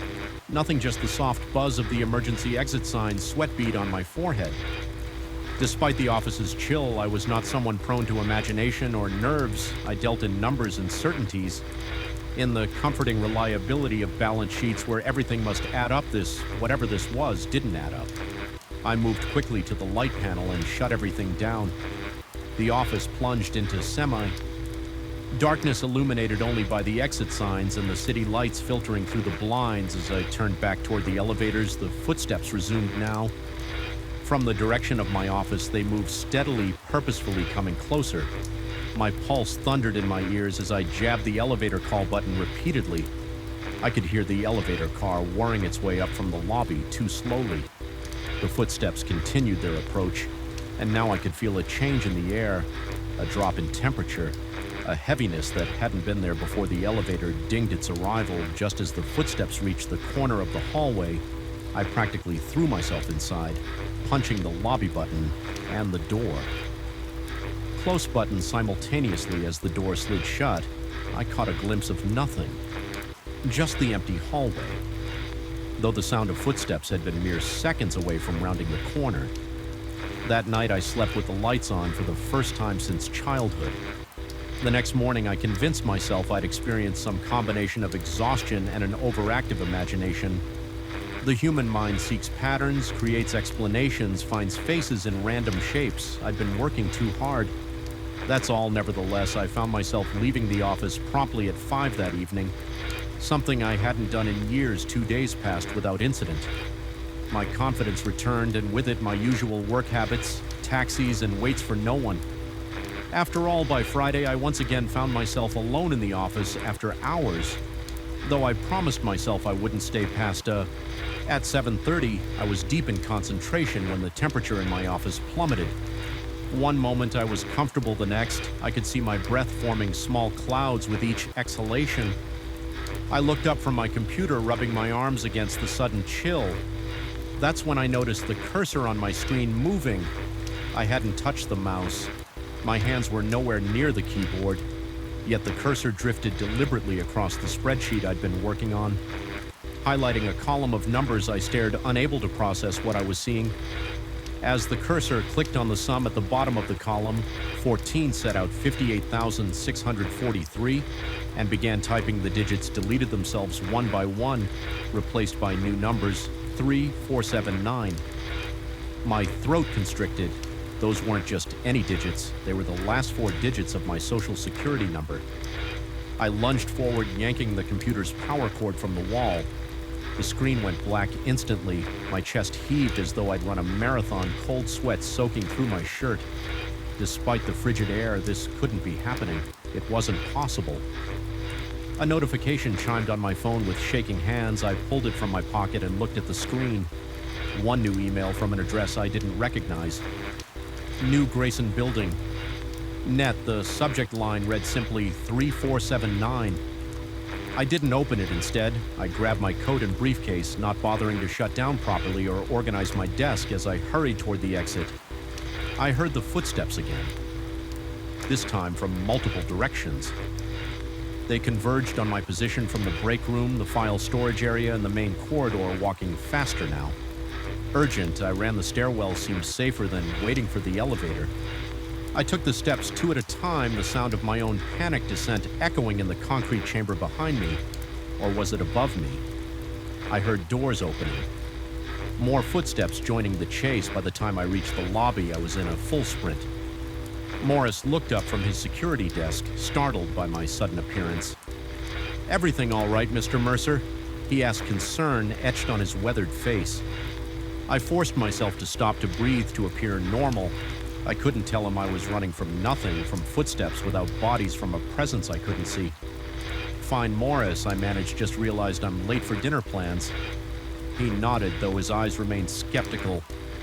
"Working too hard, sir. Not good for the health." If only he knew. The weekend provided sanctuary in the comfort of my apartment, surrounded by daylight and the familiar sounds of my neighborhood. The events at the office seemed distant, almost dreamlike. I considered finding another job, but how would I explain leaving a senior position during tax season? Besides, Crawford and Associates had been good to me. The pay was excellent.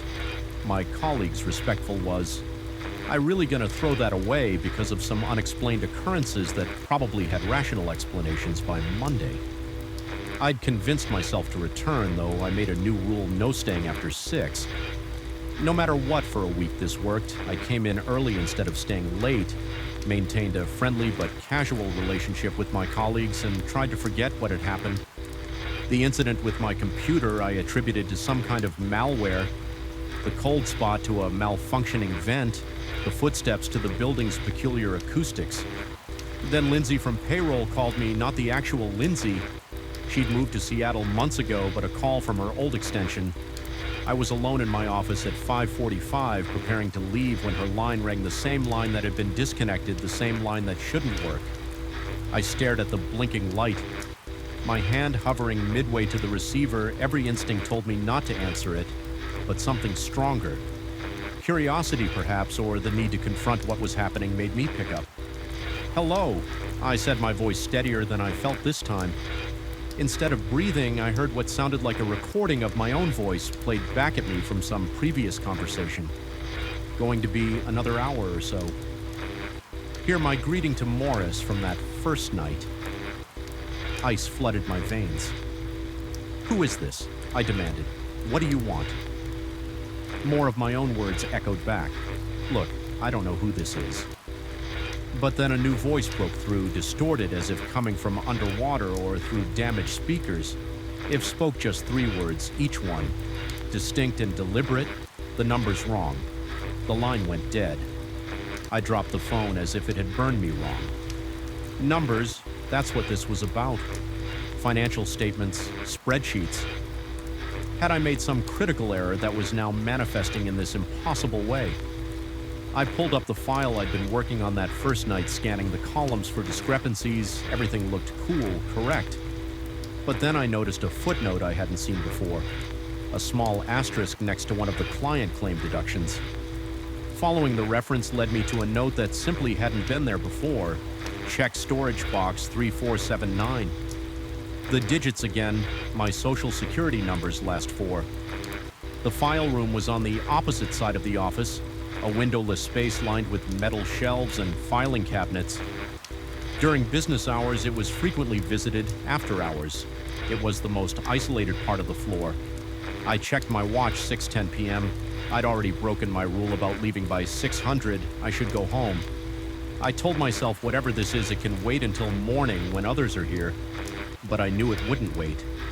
Something was trying to communicate with me, and it was using the only language it thought I'd understand, numbers. The journey to the file room felt longer than usual. The overhead lights buzzed more intensely, casting deeper shadows.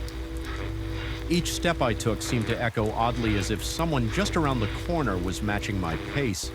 When I reached the file room door, my shirt was damp with sweat.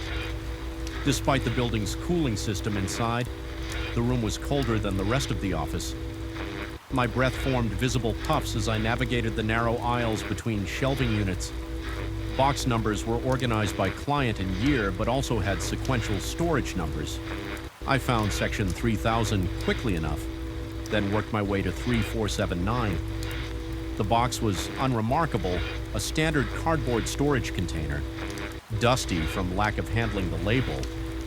Indicated it contained records for a client we hadn't serviced in years, a small manufacturing company that had gone out of business in 2008. 2008. Why would this be relevant? Now I pulled the box from the shelf. It was lighter than I expected, as if it contained just a few papers, rather than the thick files it should have held. The lid came off easily, revealing a single manila folder. Inside the folder tab was labeled simply Daniel Mercer. My hands trembled as I opened it. Inside was a single sheet of paper, an employee termination form with my name on it. The termination date was listed as March 15th, 2018, 7 years ago. But that was impossible. I hadn't been terminated. I was still employed here. I had just received my annual review 2 months ago, along with a modest raise at the bottom of the form, where a reason for termination should have been listed. Someone had written in block letters, "Deceased workplace accident." The paper slipped from my numb fingers. This was a sick joke. It had to be someone playing an elaborate prank. Maybe the partners were trying to push me out, make me quit, rather than fire me properly. As I bent to retrieve the fallen paper, I noticed something else in the box. A newspaper clipping yellowed with age. The headline read, "Local accountant found dead in office building." The photo beneath the headline showed the Grayson building. Police cars parked outside their lights, casting red and blue patterns on the concrete facade. The article was dated March 16th, 2018, and began Daniel Mercer, 34, was found deceased in his office at Crawford and Associates early Thursday morning by the night security guard. My vision blurred. This couldn't be real. I was alive. I was here. I could feel the paper between my fingers, see my breath in the cold air, hear my heart pounding in my chest, and suddenly I could hear footsteps again all around me, now coming from every direction and circling the file room. Not just one set, but many a crowd of invisible presences converging on my location. With them came a chorus of ringing phones, starting distant but growing closer, louder until it seemed every extension in the office was shrilling at once. I backed against the shelving unit, the box, and its impossible contents clutched to my chest.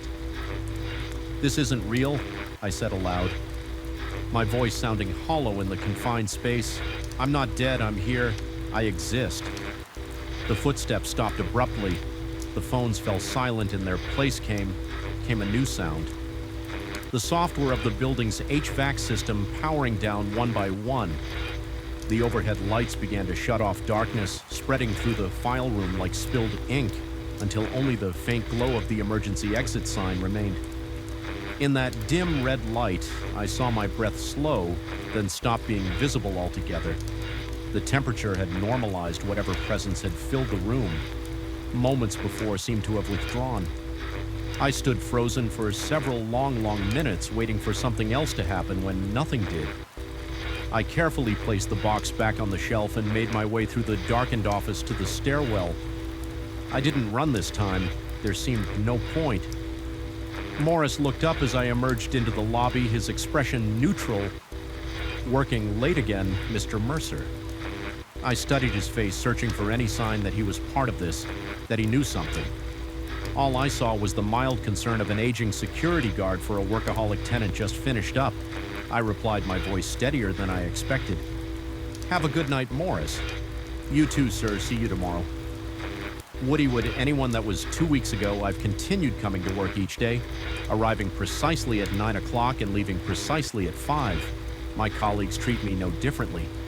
My clients call with the same questions and concerns. The office functions as it always has. Yet something fundamental has changed. I've checked public records, news archives, even my own medical files. There's no evidence I died in 2018 or any other time. The box in the file room now contains only routine paperwork for the manufacturing client. It was supposed to house the phones.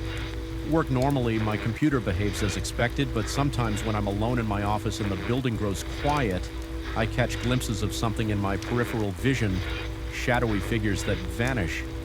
When I turn to look directly at them, and each night as I prepare to leave, I hear a single set of footsteps matching mine, exactly following just behind me all the way to the elevator. I don't look back anymore. I don't need to. I know the footsteps are mine. Or rather, they belong to the Daniel Mercer who never left this building on March 15th, 2018. He's trying to tell me something.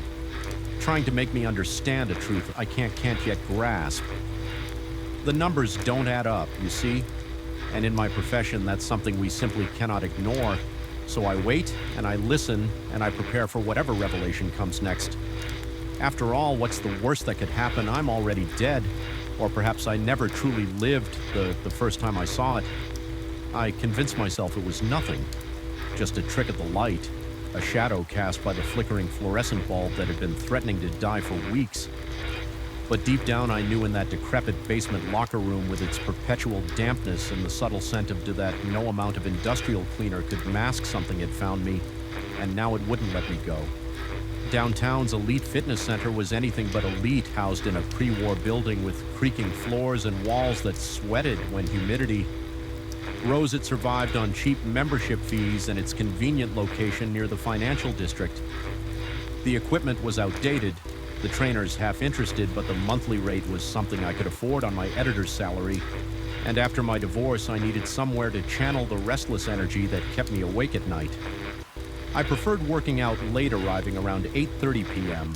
When the after-work crowd had thinned, the gym closed at 10, giving me just enough time to complete my routine before the staff began their not-so-subtle hints that they wanted to lock up the basement.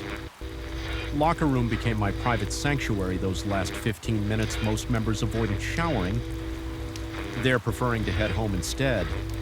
The locker room's design was a relic from another era, a narrow corridor. LED past rows of dented metal lockers to a shower area with cracked tiles and inconsistent water pressure. Halfway down this corridor stood an enormous wall-mounted mirror, easily 7 feet tall and 5 feet wide, its ornate brass frame incongruously grand. Against the utilitarian surroundings, management had probably salvaged it from somewhere else in the building during a long-ago renovation.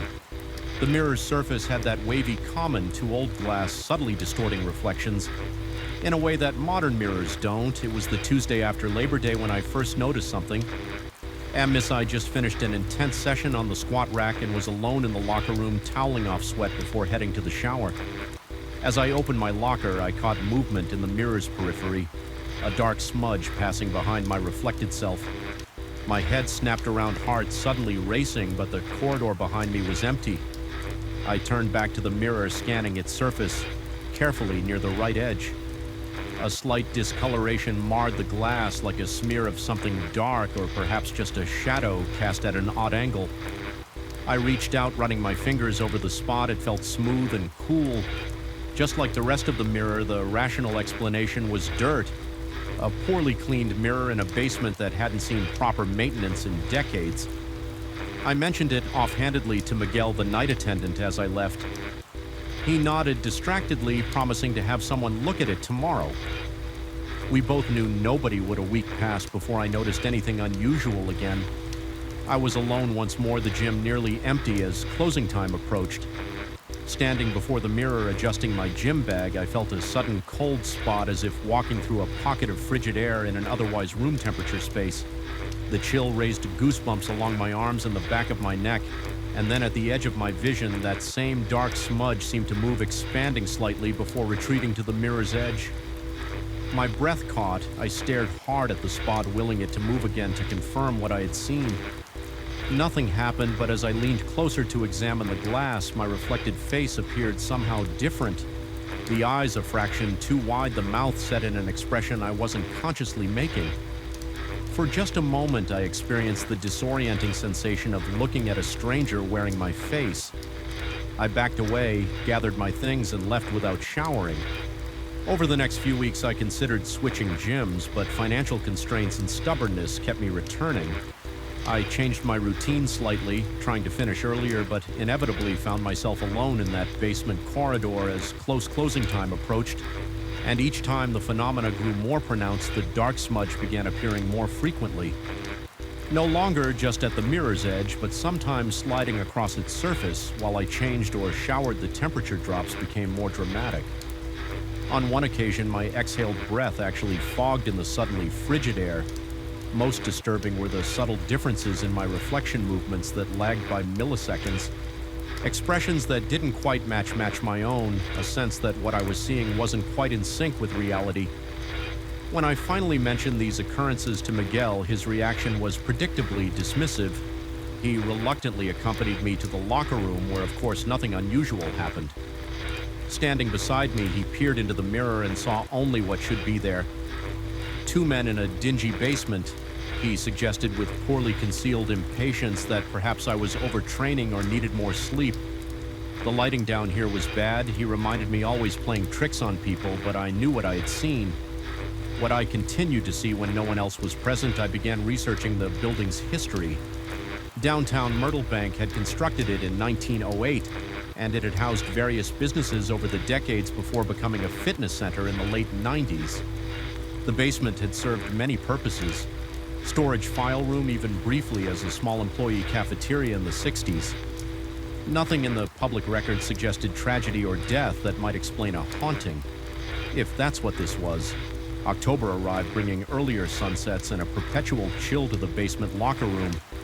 My encounters with whatever lurked in the mirror grew more intense one evening while showering. I distinctly heard whispers emanating from the drain, too faint to discern words, but unmistakably human. In cadence, when I hurriedly shut off the water and grabbed my two, I found footprints on the floor leading from the mirror to the shower stall damp. Impressions that couldn't be mine because they approached from the wrong direction. They evaporated as I watched, leaving no trace, except my accelerated heartbeat and the cold sweat that had nothing to do with my workout. That night, my sleep was plagued by dreams of the mirror in my nightmare. I approached it endlessly down a corridor that stretched longer with each step.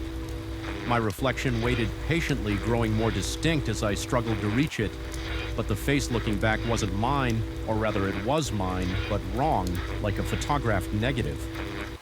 With hollow eyes and a mouth stretched too wide in a grimace, masquerading as a smile, I woke gasping sheets damp with sweat. The bedside clock displaying 3:33 a.m.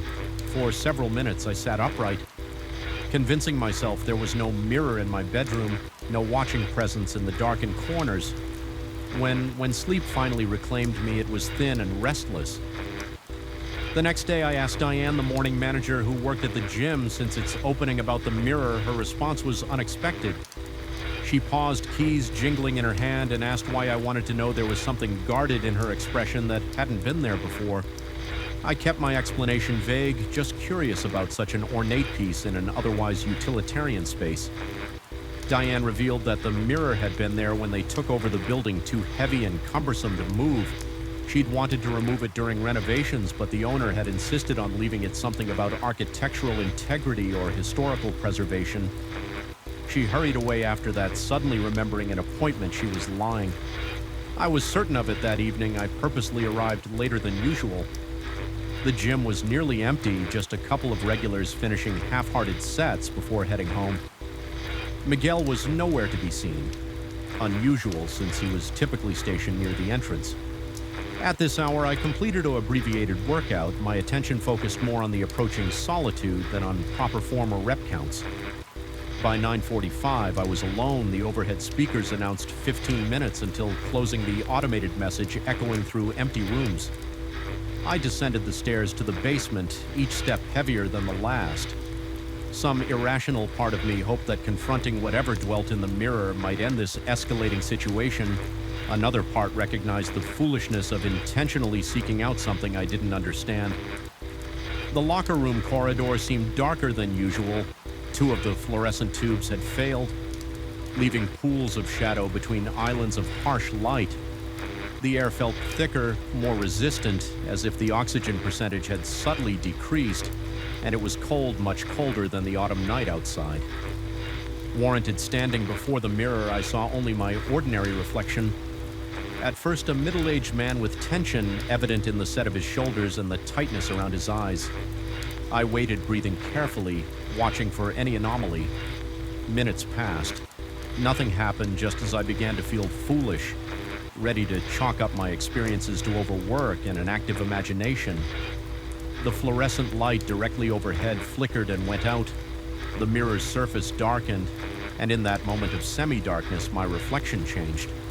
It was still recognizably me, but the eyes now held an emotion. I wasn't feeling a malicious amusement that sent adrenaline coursing through my system as I stared, paralyzed. My reflection's head tilted slightly, a movement I hadn't made. Its lips parted in the suggestion of a smile. The light above sputtered back to life, and the reflection normal IED. But I had seen enough. This wasn't imagination or a trick of light. Whatever looked back at me from that glass wasn't me. At least not entirely. I backed away, heart hammering against my ribs, mouth dry with fear. My reflected counterpart matched my movements perfectly now, the momentary divergence apparently over. But I knew what I had seen. The basement speakers crackled with the 10-minute warning I should leave. Every instinct screamed to run from this place and never return. Instead, I found myself stepping closer to the mirror, drawn by a compulsion I couldn't name.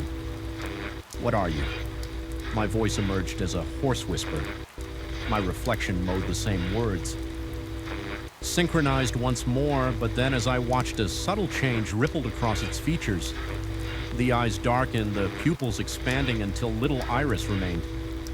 The head tilted again, that not quite natural angle suggesting curiosity or perhaps predatory assessment. Behind my reflection, the dark smudge I'd noticed weeks ago expanded, spreading like spilled ink across the mirror's surface. It no longer resembled a shadow or stain, but something three-dimensional that existed behind the glass. Extending outward as it grew, the temperature plummeted. My breath clouded before me in short panic bursts. The overhead lights flickered again, and in that strobing effect, I saw my reflection step backward while I remained frozen in place. The distance between us increased with each flicker, until my doppelganger stood fully 5 feet behind where it should be receding into a space that couldn't exist. It raised one hand in a gesture that might have been farewell or invitation. The darkness behind it consolidated, taking vague form a suggestion of height of mass of limbs that moved wrong. Whatever it was, it dwarfed my afflection, enveloping it. Partially in what might have been an embrace or consumption, I stumbled backward, my heel catching on the uneven floor. The fall saved me as I crashed to the ground. My gaze broke from the mirror, the spell of paralysis shattered with the eye contact. I scrambled up and ran, dignity forgotten in the flight response that overrode all other concerns behind me. The temperature normalized with each step I took away from the mirror. By the time I reached the stairs, I felt only the usual basement chill rather than the bone-deep cold of moments before Miguel stood at the front desk, eyebrows rising at my disheveled appearance and the fact that I still wore my workout clothes. Gym bag clutched in white-knuckled hands, he asked if everything was all right. I mumbled something about not feeling well and hurried past, unwilling to explain or perhaps unable to find words that wouldn't sound deranged. I didn't return to the gym for a week. During that time, I researched mirrors in folklore and urban legends, finding countless stories of mirrors as portals or traps for spirits.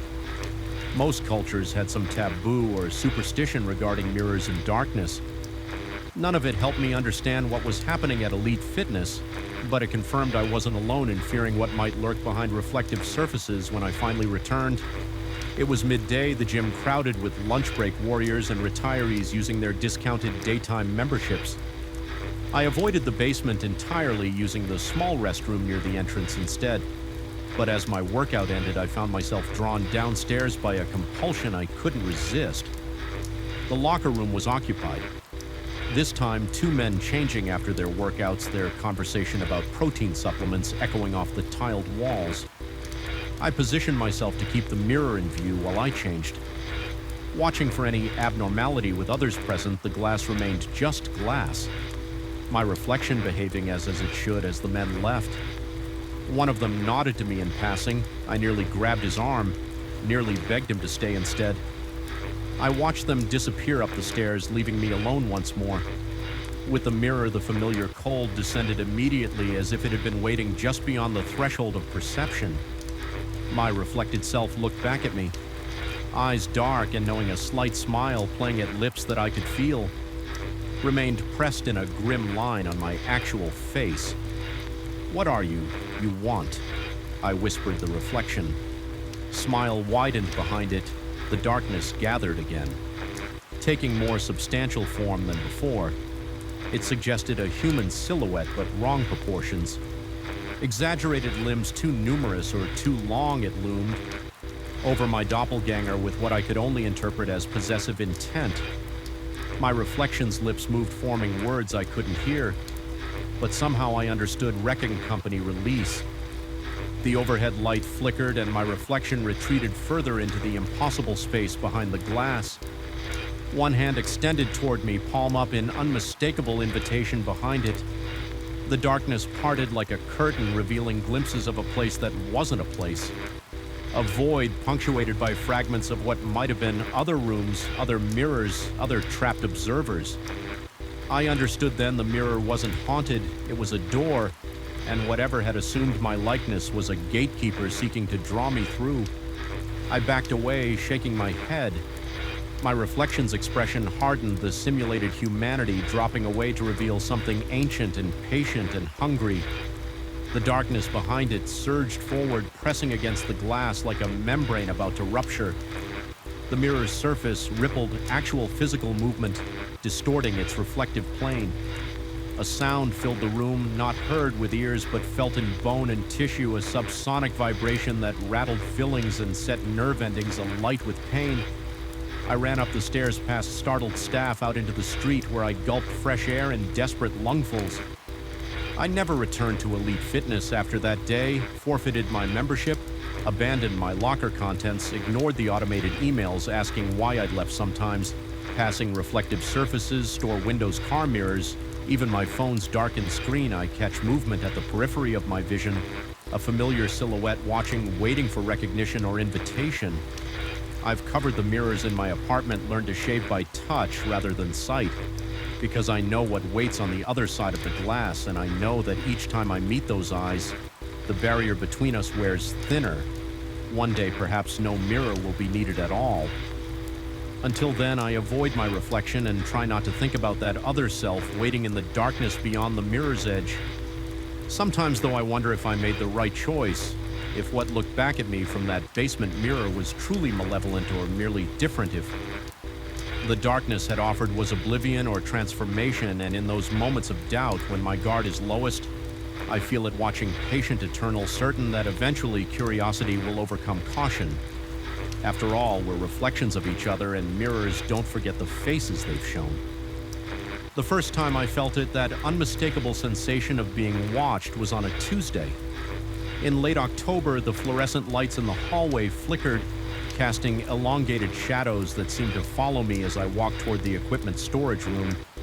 I dismissed it as fatigue, a natural consequence of hosting midnight musings, 5 nights a week at our small community radio station. But even as I told myself it was nothing, the hairs on the back of my neck stood rigid and my pulse quickened with each step down that corridor. Something had changed in the building, something was different, something was there. I've been working at WKRP for almost 3 years now. It's nothing impressive, just a small radio station servicing our rural county with local news music and the occasional call-in show. The building itself is unremarkable, a converted 2-story house from the 1960s with offices upstairs and studios on the main floor during the day. It's alive with activity producers darting between rooms, guests waiting in the small reception area, phones ringing. But after 11, it transforms into something else entirely. The cheerful bustle gives way to hollow silence, interrupted only by the hum of equipment and my own voice echoing through the empty rooms. It's just me and Marco.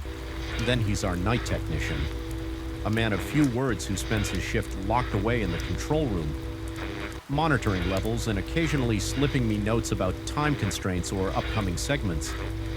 We rarely speak beyond brief exchanges about the show's logistics. I never minded the solitude. In fact, I cherish those quiet hours alone with my thoughts and the microphone. Until recently, that first night, I had just finished recording a promo for an upcoming interview. The clock on the wall read 12:38 a.m. I needed to retrieve some backup equipment from storage. A microphone to replace one that had been acting up. The storage room sits at the end of a long hallway, past several darkened offices. In the break room, I'd made this walk hundreds of times before without a second thought. The moment I stepped into the hallway, my body tensed, my skin prickled with goosebumps. Despite the building's adequate heating, each step I took seemed to produce an echo that didn't quite match my movements, as if a second set of footsteps followed just mic rock behind mine. I stopped, the echo continued for one more step before ceasing. My mouth went dry. I called out to Marco, thinking perhaps he had emerged from his technical sanctuary for a rare bathroom break or coffee run. No response came, just the persistent buzz of the fluorescent lights overhead and the sudden deadening sound of my own heartbeat in my ears. I forced myself to continue walking, my eyes scanning every shadow, every doorway. When I reached the storage room, I fumbled with the keys, my hands trembling slightly. I grabbed the microphone and hurried back to the studio, unable to shake the feeling of invisible eyes tracking my movements. I mentioned nothing to Marco that night. What was there to say that I thought the empty building was following me? That shadows seemed to move in my peripheral vision. He'd think I was losing my grip, too many late nights and too much coffee. The next 3 shifts passed without incident. I began to relax, dismissing that night as nothing more than exhaustion playing trick on my mind. But then came Friday. I was in the middle of a segment about local history when the temperature in the studio plummeted. My breath fogged in front of my face, and through the glass partition I could see Marco's confused expression. As he adjusted dials and checked settings, I continued speaking, professional instincts overriding my growing unease as I leaned toward the microphone. A distinct sound emerged from just behind my right shoulder, a soft, deliberate throat clearing as if someone was preparing to speak. My words died in my throat. I spun around, nearly toppling my chair. The studio was empty through the glass. I could see Marco staring at me, his eyebrows raised in question. I gestured vaguely at my throat and took a sip of water, forcing myself to continue the broadcast. After only a brief, awkward pause, the remainder of the show passed in a blur, my senses hyper-alert to every creak and hum in the building. When the on-air light finally went dark, I confronted Marco. Had he heard anything unusual? Did he notice the sudden temperature drop? He shook his head, looking at me with growing concern. He suggested I was coming down with something, that perhaps I should take the weekend to rest. I nodded, agreeing without conviction yet. As I gathered my belongings, I noticed him glancing nervously at the dark hallway beyond the control room. He might not have acknowledged it, but something had unsettled him too.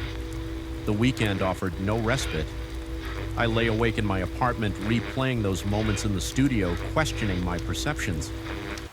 By Monday, I had nearly convinced myself it was all in my head. Stress, exhaustion, perhaps even the early stages of an illness. I returned to the station with renewed determination to focus solely on my work. That resolve shattered the moment I stepped through the doors. The air inside felt heavy, charged with an energy I couldn't explain. The familiar surroundings seemed subtly altered, as if everything had been shifted an inch to the left. I nodded a greeting to the daytime staff, none of whom seemed to notice anything. Was I truly the only one who felt it? The day staff filtered out as evening approached, leaving just me, Marco, and whatever else now occupied the building. I settled into the studio, reviewing my notes for the night's show while Marco ran through his pre-broadcast checks. The first 2 hours went smoothly. Music interludes, local news, a few pre-recorded interviews around 1 a.m. I announced a 15-minute break and left the studio to use the restroom.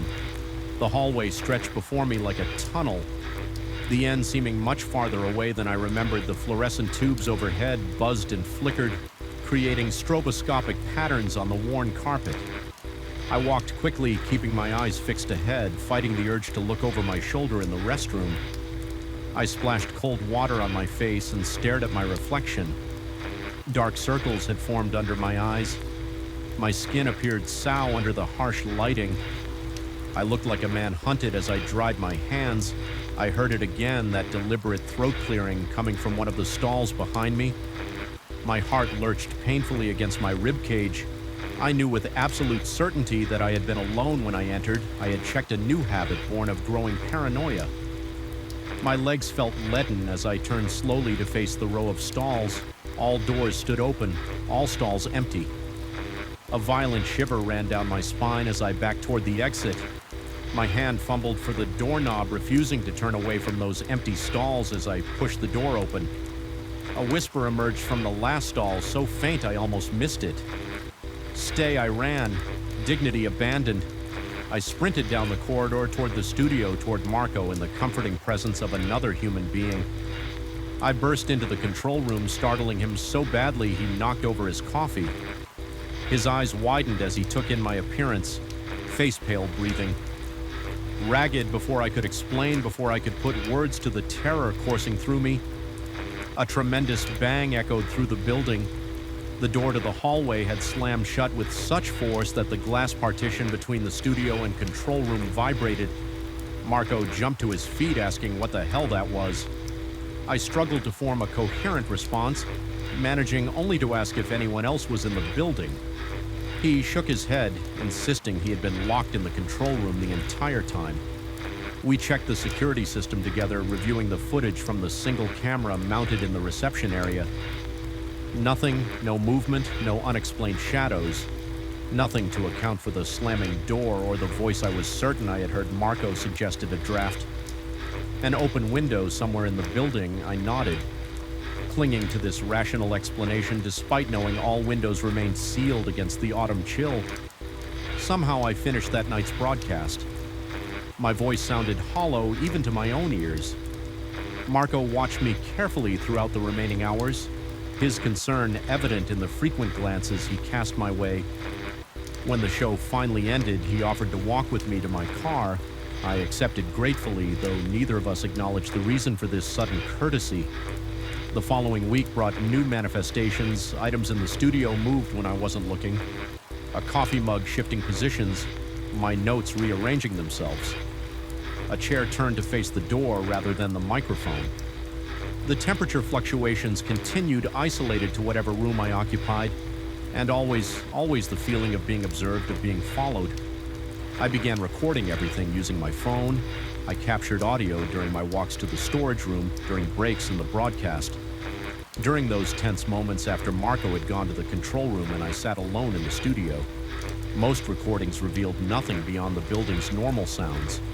The creak of settling foundations, the hum of electricity, the distant rumble of the HVAC system. Until last Tuesday, I was reviewing a recording from the previous night, earbuds in volume at maximum. I had been walking to the storage room, narrating my movements in a whisper as I went beneath my voice. Beneath the sound of my footsteps, I heard something else. A second set of footsteps perfectly synchronized with mine, except for a slight delay, as if whatever followed deliberately matched my pace, and then unmistakably that. Throat clearing close enough to the phone that it should have been visible in frame had I been recording video instead of audio. My finger hovered over the delete button. Part of me wanted to erase this evidence, to continue pretending this was all in my mind, but I couldn't. Instead, I transferred the file to my computer and enhanced the audio. Isolating that foreign sound, what emerged chilled me to my core. It wasn't just a throat clearing. There were words beneath that sound, barely audible, even with enhancement. "I've been waiting for you." I played the recording for Mark that night. His face drained of color as he listened for weeks. He had been humoring me, I realized, offering rational explanations, suggesting I see a doctor about stress or sleep deprivation. Now faced with irrefutable evidence, he admitted that he too had experienced things. Equipment malfunctions that technicians could never explain, strange sounds coming through his headphones when no microphones were active. The persistent feeling of being watched when he used the restroom down on the hall. We spent hours that night after the broadcast sharing our experiences, comparing timelines. The phenomena had begun approximately 6 weeks ago, shortly after the station manager had brought in some old broadcasting equipment, purchased at an estate sale, vintage. Microphones, a turntable, and several boxes of records from a station that had gone defunct in the 1970s. Marco mentioned that one of the previous owners had died in a broadcasting accident, electrocuted while trying to repair equipment during a thunderstorm. I suggested we research this further, learn more about the station's history and its former employees. Marco agreed, though neither of us acknowledged what we were really discussing. The possibility that we were being haunted by someone who had once sat where I now sat each night, someone whose connection to broadcasting transcended death itself. Last night I came prepared. I brought salt, a protective barrier according to folklore, digital recorders for each room, and a small camera to keep on my person. Marco raised his eyebrows but said nothing as I set up my makeshift ghost hunting equipment. We had moved beyond skepticism into a shared acceptance of our reality. However bizarre the broadcast began normally, I introduced the night's topics, played several songs requested by late-night listeners, and conducted a pre-recorded interview with a local author. During a music break, I left the studio to check one of my recorders in the break room. The hallway felt especially oppressive that night, the air thick and resistant as if I were walking through water rather than empty space. The break room door stood ajar, though I distinctly remembered closing it. My recorder sat undisturbed on the table, its red light blinking steadily as I reached for it. The temperature plummeted, my breath fogged before me, and the small hair on my arm stood rigid. The feeling of being watched intensified until it was almost a physical pressure against my skin. I turned slowly, camera in hand, and for the first time I saw it not clearly. Not as a defined shape, but as a disturbance in the air. A rippling like heat waves rising from hot asphalt. It hovered in the doorway, blocking my exit. My heart hammered painfully against my ribs and sweat broke out across my forehead. Despite the rigid air, the camera slipped from my trembling fingers, clattering to the floor. That's when it spoke. Not a whisper this time, but a full voice, raspy and static-filled like someone speaking through an old radio with poor reception. "You've taken my place." The words seemed to come from everywhere and nowhere. Filling the room, filling my head, I pressed back against the table, trying to put distance between myself and that shimmering disturbance. My throat constricted, making it difficult to breathe, let alone respond. The ripple moved closer, the temperature dropped further until it hurt to inhale. On the table behind me, the recorder sparked and died, its batteries draining instantly. The lights overhead flickered violently, then stabilized at half their normal brightness. I found my voice at last, though it emerged as a hoarse whisper. I asked what it wanted, why it was here, who it had been. The ripple expanded, filling my field of vision for just a moment. Within that disturbance, I glimpsed a face gaunt with hollow eyes and lips pulled back in what might have been a smile or a grimace. Then it was gone, the ripple, contracting to a small point before vanishing entirely. The temperature began to rise immediately, the oppressive feeling lifting like a weight removed from my chest. I remained frozen for several minutes, unable to move, unable to process what had just occurred. The sound of Marco's voice over the intercom finally broke my paralysis. The music had ended and I was due back in the studio on unsteady legs. I retrieved my camera and the now dead recorder and made my way back. Marco took one look at my face and knew something had happened. He mouthed, "What, through the glass?" But I could only shake my head and prepare to continue the broadcast. My voice shook, noticing L for the first few minutes until I managed to regain some semblance of professional composure. After the show, I showed Marco the camera footage, a blurry, shaking view of the break room, then the ripple in the air, indistinct but undeniably there. The audio captured the voice clearly, those 4 words hanging between us as we listened. "You've taken my place." We stayed until dawn, scouring the internet for information about the station's history, about the man who had died here decades ago. We found little beyond what we already knew his name. Richard Carlson, his position night host like me, the circumstances of his death, electrical accident during a storm, no photos, no detailed employment history, nothing to explain his apparent attachment to the station or his apparent resentment toward me. I called in sick tonight. I couldn't bear the thought of returning to that building, of walking those halls, knowing what waited for me there. Marco reported that everything seemed normal in my absence. No temperature fluctuations, no equipment malfunctions, no disembodied voices. It only happens when I'm there, only me tomorrow. I need to make a decision. Do I return to the station, confront whatever Richard was in life and remains in death? Do I resign, walking away from a job I once loved, or is there some middle ground? A way to acknowledge his presence, perhaps even share the space he clearly still considers his own for now? I sit in my apartment, lights blazing against the darkness, jumping at every creak and groan of the building settling around me. Sleep feels like a distant memory. Each time I close my eyes, I see that ripple in the air, that almost face within it. And I wonder if I turn on the radio right now and tune to our station's frequency, whose voice would I hear in the dead of night? Marco's pre-recorded announcements filling in for my absence, or something else entirely? Something that's been waiting for decades for its chance to return to the airwaves. I don't dare find out, not tonight. Instead, I write this account as a record, as a warning to who I'm not sure, perhaps to myself. Should I forget the reality of what I've experienced, perhaps, to whoever takes my place? Should I choose not to return? Because one thing is certain, that voice, that presence, that former host isn't going anywhere. The station belongs to him in ways I'm only beginning to understand, and the most terrifying realization is that I'm not sure he's content merely to observe anymore. That ripple moved with purpose last night. Those words carried intention. You've taken my place, not a statement of fact, but an accusation, a prelude to something else, something worse. And if I return tomorrow night, I fear I'll discover exactly what that something is. Tyre and the shadows have a weight to them in this part of town. I noticed it the first time I ran past the old Westbrook textile mill. How darkness doesn't just fall here, it seeps from the brick walls like black ink pooling in corners where streetlights refuse to reach. Even in the fading twilight, there's something wrong about how the building looms against the sky, its broken windows like sightless eyes. Watching traffic thin as the workday ends, I should have paid more attention to that first instinct, that initial tightening in my chest. Our bodies know things long before our minds catch up. I've been running this route for 8 months now. 5 nights a week, rain or shine, the steady rhythm of my footfalls on asphalt has become my meditation. After 12 hours hunched over architectural plans at Denholm & Sons, the path cuts through the industrial district, winds past the abandoned mill and loops back toward my apartment complex, a perfect 5M circuit that clears my head better than any therapist or whiskey ever could. The old Westbrook Mill dominates a full city block, a relic from the 1920s when this town was known for its textiles rather than its decay.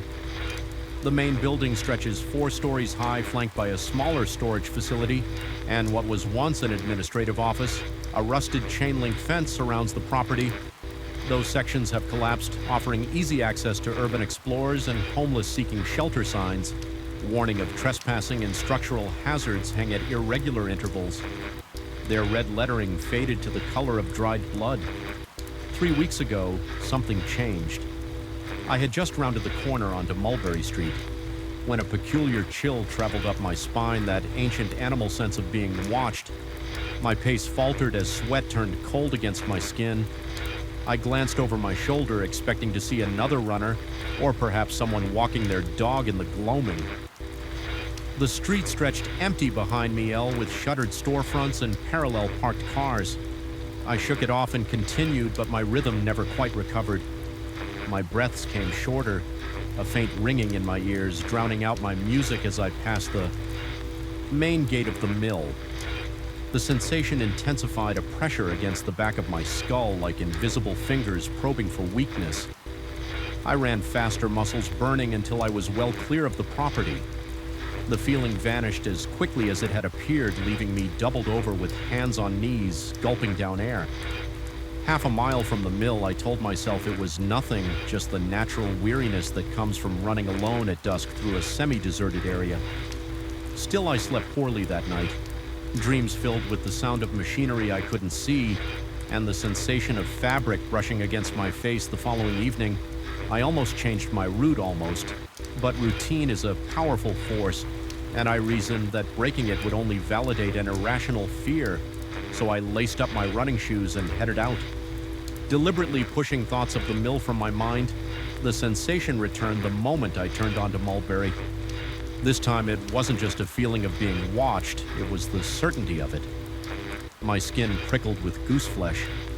Despite the warm September air, I found myself glancing frequently over my shoulder, each time expecting to catch someone ducking into an alleyway or behind a car, but the street remained deserted, save for myself and the lengthening shadows as I approached the mill. My pace unconsciously slowed. The building seemed different, somehow more defined against the darkening sky, its contours sharper as though it had shifted slightly toward the street. My heart hammered against my ribs, no longer from exertion but from a mounting dread. I couldn't rationalize, that's when I saw it. A flicker of light from a third-floor window, just a brief illumination, like someone passing in front of a lantern. I stopped dead in my tracks, staring up at the now dark window. Logic asserted itself. Probably kids with flashlights, urban explorers documenting the decay, or homeless people seeking shelter. Yet something about the quality of that light seemed wrong. Not the harsh white of LED flashlights or the yellow of flame, but a pale blue-green glow like phosphorescence. I continued my run, pushing myself harder than usual, eager to put distance between myself and Westbrook Mill behind me. I could have sworn I heard the faint clacking of machinery, a rhythmic thumping that matched neither my footfalls nor my heartbeat. When I glanced back one final time before turning the corner, I thought I saw that same phosphorescent light moving from window to window on the top floor, as though someone were pacing for 5 nights straight. I avoided that route entirely, opting instead for the well-lit paths of Riverview Park, but the park closed earlier now that autumn was setting in, and the alternative routes added nearly 2 miles to my run after a particularly stressful day at work, a major project falling through after months of planning. I found myself craving the familiar femme loop. I told myself I'd been letting my imagination run wild. The mill was just a building, nothing more. I set out earlier than usual, hoping to pass the mill while some daylight still remained. The air hung heavy with the threat of rain clouds building in the west. I felt fine for the first 2 miles, even optimistic. Then I turned onto Embury. The street was different in the fading daylight, less menacing, more decrepit. The mill stood as it always had, windows, blank brick facade stained with decades of pollution and neglect. I maintained my pace, deliberately keeping my eyes forward just another quarter mile and I'd be past it. The sensation built more gradually this time, a subtle awareness blooming into discomfort, discomfort into dread. The invisible pressure returned to the base of my skull, joined now by a low, barely perceptible hum that seemed to emanate from everywhere and nowhere at once. My pace quickened involuntarily as I drew level with the main gate movement caught my eye. Something shifting behind a ground floor window. I slowed despite myself peering through the chain-link fence. The broken window in question gaped black against the brick, showing nothing but the darkness. Beyond, I was about to continue when a pale shape moved within that darkness, just a flash of something lighter than the surrounding shadows there, and gone too quickly to identify.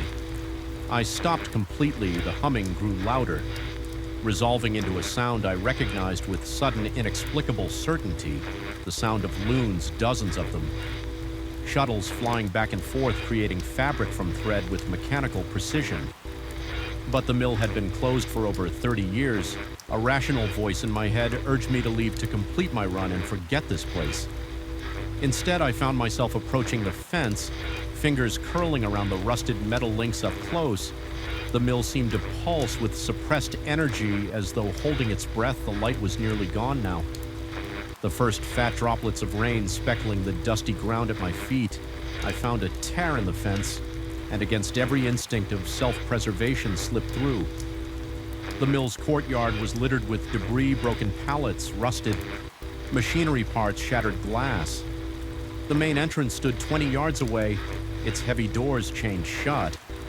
But to the left, a smaller door hung partially open. Its lock long since pried away. The sound of the looms grew louder as I approached, though still muffled, as if coming from deep within the building beneath it. I could now discern other sounds, the creaking of floorboards, the soft whir of spinning wheels, and something else. Something like breathing, but too regular, too mechanical. I paused at the doorway. Rain now falling steadily, plastering my shirt to my back, the darkness. Beyond seemed to absolute a physical presence waiting to envelop me. I fumbled for my phone. Switching on its flashlight, the beam cut through the gloom, revealing a narrow hallway strewn with debris. Graffiti covered the walls. Crude tags, mostly, but here and there more elaborate designs. A skeletal loom operator, hands bound to his machine with thread. A faceless figure standing among empty spindles. A single eye woke into fabric. The beam of light shook with my trembling hand as I stepped inside. The air changed immediately colder, denser, carrying the sense of mildew, rust, and something else. Something like scorched hair or burning oil. The sounds were clearer now, the phantom looms working at a feverish pace somewhere above me. I made my way cautiously down the corridor, stepping over fallen ceiling tiles and navigating around toppled filing cabinets. My breathing seemed unnaturally loud, echoing back at me from unseen walls. Water dripped somewhere ahead, a steady plink. Plink, plink. Counting seconds. I shouldn't be spending here at the corridor's end. A stairwell LED upward, its metal steps groaning under my weight. The second floor was a vast open space, support columns rising at regular intervals like ancient trees in a petrified forest. My flashlight beam seemed weaker here, penetrating only a few feet before being swallowed by shadow. The floor was littered with broken machinery parts, gears, spindles, shuttles, arranged in patterns that seemed almost deliberate. The sounds of the phantom looms had faded, replaced by a heavy silence. I swept my light around slowly, heart hammering so violently I felt lightheaded. Nothing moved in the darkness, yet the sense of presence was overwhelming. I was not alone. Hello, the word escaped before I could stop it. Hanging in the stale air, no response came, but the quality of the silence changed. It was now attentive, focused as I turned to leave. My light caught something on the far wall, a shape darker than the surrounding darkness. I stepped closer, compelled by a curiosity stronger than fear. It was a tapestry, enormous and ancient, hanging from ceiling to floor. The fabric was discolored with age, its pattern difficult to discern in the poor light. I moved closer, still raising my phone higher. The tapestry depicted the mill itself, rendered in exquisite detail down to the very window I'd seen the light in days before. Around the building, barely visible figures stood in a circle, heads tilted upward, faceless yet somehow expectant, and at the very top, barely caught in my failing light. A single figure stood at a window watching a floorboard creak behind me. I whirled around, light slashing wildly through darkness. Nothing, but as I turned back to the tapestry, my blood froze in my veins. The figure in the window had moved. It was no longer watching the street, but looking directly outward toward the viewer. Toward me, my phone's light flickered once, twice, then died in the sudden darkness. I heard the loom start up again, louder than before, the shuttles flying back and forth with impossible speed, and beneath that mechanical rhythm, footsteps, slow, deliberate footsteps crossing the floor toward me. I ran blind in the darkness. I collided with columns and tripped over debris, guided only by my desperate memory of the stairwell's location. The footsteps followed, unhurried, yet somehow keeping pace. I found the stairs more by luck than design, half falling down than in my haste. My knee struck metal with a pain that shot up my leg, but adrenaline pushed me forward. Back in the corridor, faint light from the open door provided just enough illumination to navigate. I sprinted toward it, lungs burning, the sound of pursuit growing ever closer as I burst outside into the rain. Lightning split the sky, illuminating the courtyard in stark white light for an instant. Just an instant, I saw my pursuer framed in the doorway behind me. Me, a figure formed not of flesh, but of tightly woven threads, its body rippling as though moved by an unfelt breeze where its face should have been. There was only a complex knot of fibers, constantly unraveling and reforming. Lightning faded, plunging the scene back into darkness. I didn't stop running until I reached my apartment, soaked through and gasping for breath. I spent that night with every light burning, jumping at shadow in the normal settling sounds of the building sleep. When it finally came, brought dreams of being wrapped in threads that tightened with each breath. The next day I called in sick to work and spent hours researching the history of Westbrook Mill. Most sources mentioned only its closure in the late 1980s due to overseas competition, but in the archives of the local newspaper, I found darker stories. A fire in 1938 that claimed 12 lives, accusations of unsafe working conditions throughout the 1940s, and most disturbing, a series of disappearances in the months before the mill closed.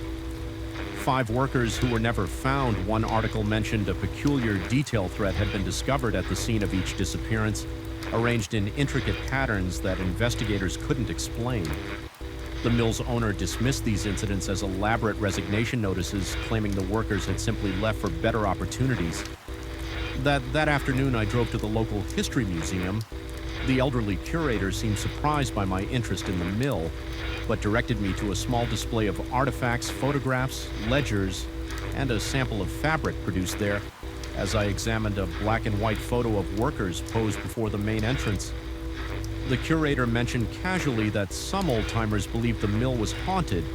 According to local legend, the building's original architect had incorporated strange symbols into its design. Symbols meant to CH energy from the workers into the fabric they produced. Some claimed these symbols came from a book the architect had discovered during his travels in Eastern Europe. Others said he'd invented them himself after a nervous breakdown. The curator laughed as he shared these stories, clearly considering them nothing more than colorful local folklore.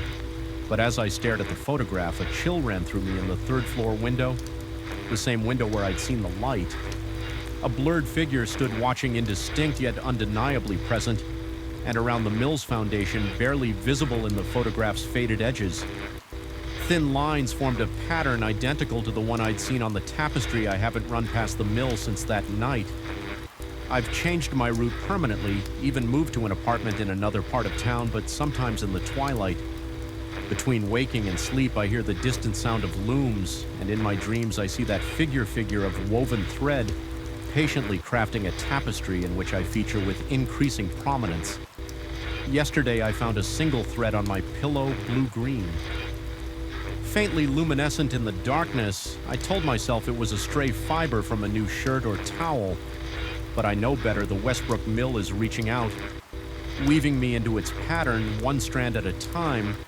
I understand now what happened to those missing workers. They weren't fired or resigned. They were incorporated thread by living thread into something larger than themselves, something still growing, still creating, still watching from those black windows. Tonight I will drive past the mill, keeping my distance, watching for lights in those upper windows. I need to know if it's still there, still waiting. I won't get out of the car. I promise myself this every time. Even as I feel the pull growing stronger, the pattern of my life gradually altering to bring me back to those rusted gates. The watcher of the loom is patient. It has waited decades. It can wait a little longer for me. The first time I saw movement in the abandoned store next door, I convinced myself it was just the reflection of passing headlights on dirty glass. The second time I blamed it on exhaustion after a 14-hour workday. By the third time, I couldn't ignore the cold reality anymore. Something existed in that empty space, something that shouldn't be there, something that seemed to be watching me more intently. With each passing night, my name is Daniel Mercer, and 6 months ago I signed a 3-year release on what I thought was the perfect location for my print shop. The rent was surprisingly affordable for a storefront on Blackwell Avenue, a relatively busy commercial strip on the east side of town. The landlord, a nervous man with perpetually damp palms, mentioned something about the previous tenant leaving abruptly, but I was too excited about the prospect of finally owning my own business. To press for details, he practically rushed me through the signing process, his pen trembling slightly as I initialed each page. The space to my right housed a thriving cafe that brought in steady foot traffic throughout the day, but to my left sat a vacant storefront that had once been a small electronics repair shop. According to the neighboring businesses, the owner had simply disappeared one day, leaving everything behind. Dusty shelves, outdated posters, even a half-empty coffee mug still sitting on the counter. The space had remained empty for nearly 8 months. By the time I moved in during daylight hours, there was nothing particularly unsettling about the abandoned store. It was just another failed business, a common enough sight in our struggling local economy. The faded close sign hung perpetually in the window, partially obscured by a layer of grime that had accumulated on the glass. Sun-bleached posters advertising services and products from months ago still clung to the windows, their edges curling inward like withered fingers. But as dusk settled and shadows lengthened across Blackwell Avenue, the vacant store underwent a subtle transformation. What appeared merely abandoned in daylight became something else entirely. After hours, something that made the hairs on the back of my neck stand on end. Whenever I locked up for the night, the first incident occurred. About 2 months after I opened my shop, I was working late, finishing a rush order that needed to be delivered the following morning. By the time I finished, it was well past 9 as I switched off the lights and prepared to leave. Through the rear entrance, a flash of movement caught my eye through the wall of windows facing the street. I turned, expecting to see a pedestrian or perhaps a stray cat. Instead, my gaze landed on the darkened interior of the vacant store next door for just a moment. So brief, I nearly convinced myself I'd imagined it. I saw a faint glow moving across the back wall, like someone walking with a phone screen illuminated. My breath caught in my throat as I stared into the darkness, straining to see anything further, but the light, if it had ever existed, was gone. I stood frozen for several minutes, eyes fixed on the empty store, before finally gathering the courage to leave. As I walked to my car, a shiver ran down my spine that had nothing to do with the cool night air. Over the next few weeks, I noticed more strange occurrences. Twice, I spotted what looked like flashlight beams dancing across the ceiling of the vacant space as I locked up. Once I could have sworn I heard muffled thumping coming through the wall. We shared each time I considered calling the police to report a possible break-in, but something held me back. Perhaps the complete absence of any signs of forced entry, or maybe something deeper, an instinctive fear of what they might find inside, or worse, what they might not find. I began asking around about the previous tenant, a man named Howard Keller. The owner of the cafe next door described him as odd but harmless, a middle-aged loner who rarely spoke to anyone except to discuss repairs.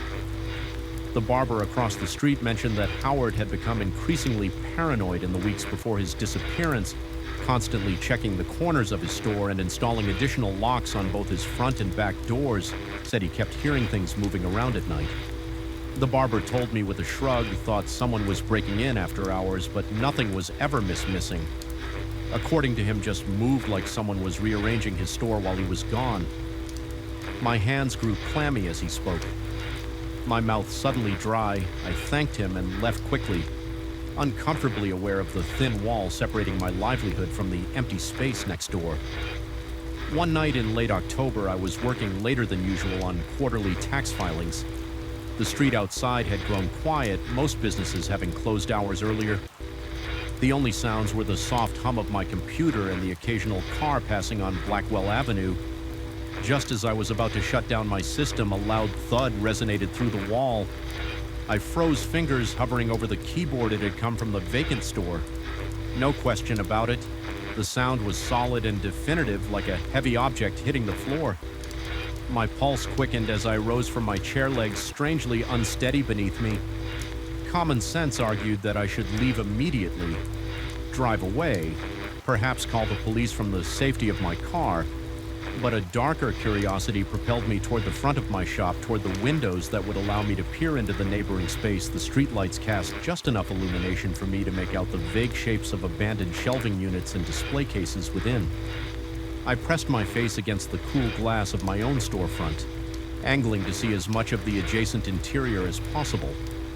The dusty windows of the vacant store revealed nothing at first, just shadows upon shadows in varying degrees of darkness. Then something moved. It wasn't dramatic, no lurching figure or obvious human shape, just a subtle shift in the darkness near the back corner, a patch of shadow that seemed denser than those surrounding it, moving with purpose rather than being stirred by air currents or passing headlights. My breath fogged the glass as I stared, heart hammering against my ribs. With such force I feared it might bruise the shadow, paused as if sensing my observation, then gradually elongated up the wall. It stretched impossibly tall, reaching nearly to the ceiling before stopping again.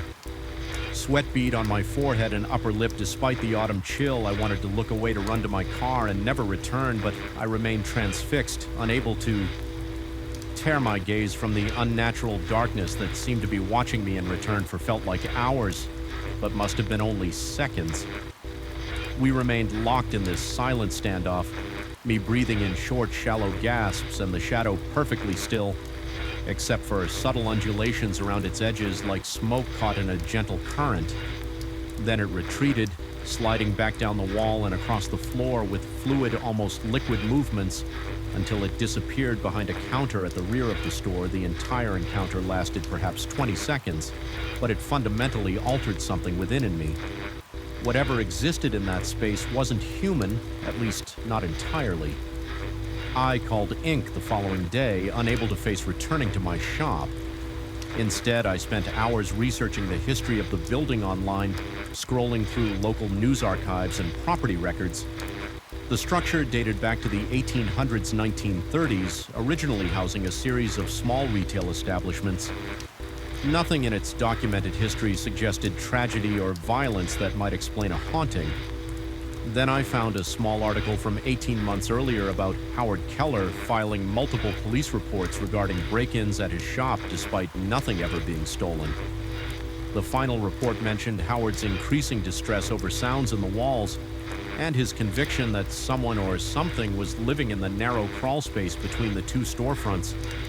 My blood ran cold as I recalled the layout of the building. There was indeed a maintenance act access point in my back storage room, a narrow door that I had assumed led to electrical panels. I had never opened it. Having no reason to do so now, I wondered what might lurk beyond that innocuous door in the darkness between our walls. When I finally returned to work 2 days later, I couldn't focus. My eyes constantly drifted to the wall we shared with the vacant store. Was it my imagination, or could I hear faint scratching sounds emanating from within? I found myself holding my breath, straining to listen. During lulls in customer traffic, that night I stayed late again, though not by choice. Something compelled me to remain a morbid fascination with what might occur once darkness fell. I positioned myself at my desk, angled to keep the shared wall in my peripheral vision at all times. At first, nothing happened. The usual sounds of a settling building, creaks and groans as temperatures dropped were the only interruptions to the silence. Then just past 8, a soft tap-tap-tap began. It was rhythmic, almost purposeful, like knuckles gently rapping against the opposite side of the drywall. My mouth went dry as the tapping continued, moving horizontally along the wall as if tracing a path toward my back storage room. I rose on trembling legs and followed parallel to the sound, maintaining a safe distance while tracking its progress. The tapping stopped at the point where I knew the maintenance door stood on my side. For several heartbeats, silence reigned. Then came a sound that sent ice through my veins, the distinct metallic click of a latch being tested from the other side. I backed away, knocking over a display of brochures in my haste. The rustling of falling papers seemed obscenely loud in the quiet shop. The clicking at the door ceased immediately. They had heard me. I fled then, not bothering to shut down my computer or turn off lights in the safety of my locked car hands, shaking too badly to insert the key into the ignition. On the first 3 attempts, I finally allowed myself to acknowledge what I had been sensing all along. Whatever occupied the vacant store was aware of me, had been watching me, and was now trying to find a way through. Sleep evaded me that night. I lay awake in my apartment, miles from Blackwell Avenue, yet feeling the entity's presence as if it had followed me home in those dark hours before dawn. My rational mind attempted to reassert control. Perhaps it was just homeless individuals who had found a way into the abandoned shop. Maybe Howard Keller himself had returned living secretly in his former business. These explanations felt hollow, insufficient to explain the unnatural movement of that shadow, or the coldness that permeated the air whenever I sensed its attention. The next morning I arrived earlier than usual, unlocking my shop just as the first hints of daylight crept across the horizon. With determined steps, I marched directly to the back storage room and flung open the maintenance door.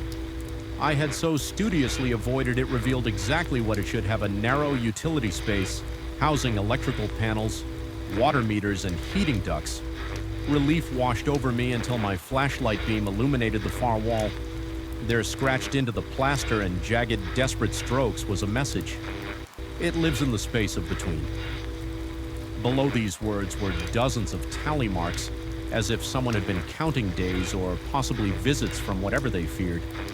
The scratches appeared old, covered in a layer of dust that spoke of months rather than days. I slammed the door shut and wedged a heavy filing cabinet in front of it. For 2 weeks, I adjusted my schedule, opening later and closing earlier to avoid being alone in the shop during twilight hours. I hired a part-time assistant, partly for the help, but mostly so I wouldn't be alone. The strange occurrences seemed to subside, or perhaps they simply weren't visible. During the shortened hours I now kept, then came the night I forgot an important client contract on my desk. I had already arrived home when I realized my error and the documents needed to be reviewed. Before a morning meeting, with great reluctance, I drove back to Blackwell Avenue just before 10 o'clock. The street was deserted, storefront dark, except for security lights that cast weak pools of illumination at irregular intervals. I parked directly in front of my shop, leaving the headlights on, and aimed at my entrance, a childish attempt to keep shadows at bay as I approached my door key and hand movement. In the vacant store caught my eye. This time there was no mistaking it. A tall, thin silhouette glided past the front windows, visible for just a moment before disappearing into the deeper darkness. Within, my fingers trembled so violently that I dropped my keys twice before managing to unlock the door. Once inside, I moved with desperate haste, snatching the contract folder from my desk without even checking its contents as I turned to leave. The lights in my shop flickered once, twice, then stabilized, and that's when I heard it. A soft shuffling coming from the storage room. The filing cabinet I had placed in front of the maintenance door had been moved aside just enough to allow the door to open a few inches from within. That narrow gap came a faint luminescence, not the warm yellow of incandescent light or the cool blue of LED, but something sickly and green, pulsing gently like a diseased heartbeat. "Who's there?" I called out, my voice barely a whisper. The shuffling stopped for several seconds. The only sound was my own ragged breathing. Then a response not in words, but in a long sustained sigh that contained neither any relief nor frustration, but something closer to hunger. I backed toward the front door, unwilling to turn my back on whatever waited in the storage room. The green light began to intensify, growing brighter as a shadow stretched out from the partially open door, reaching across the floor toward me with impossible length. My back hit the front entrance. I fumbled behind me for the handle eyes still fixed on the advancing darkness, just as my fingers closed around the cold metal. The shadow reared up from the floor, rising into a column that towered nearly to the ceiling.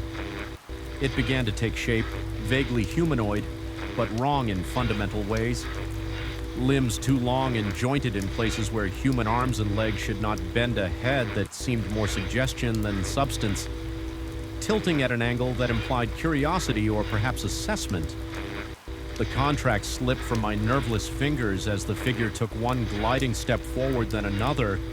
Its movement was silent now, eerily graceful as it emerged fully from the storage room in that moment of pure terror. A strange clarity descended upon me. I realized that what stood before me was neither ghost nor monster in the traditional sense. It was something that existed in the negative spaces of our reality, in the gaps between walls, in the shadows between streetlights, in the silence between heartbeats. Howard Keller hadn't fled. He had been absorbed, becoming part of the entity that had tormented him.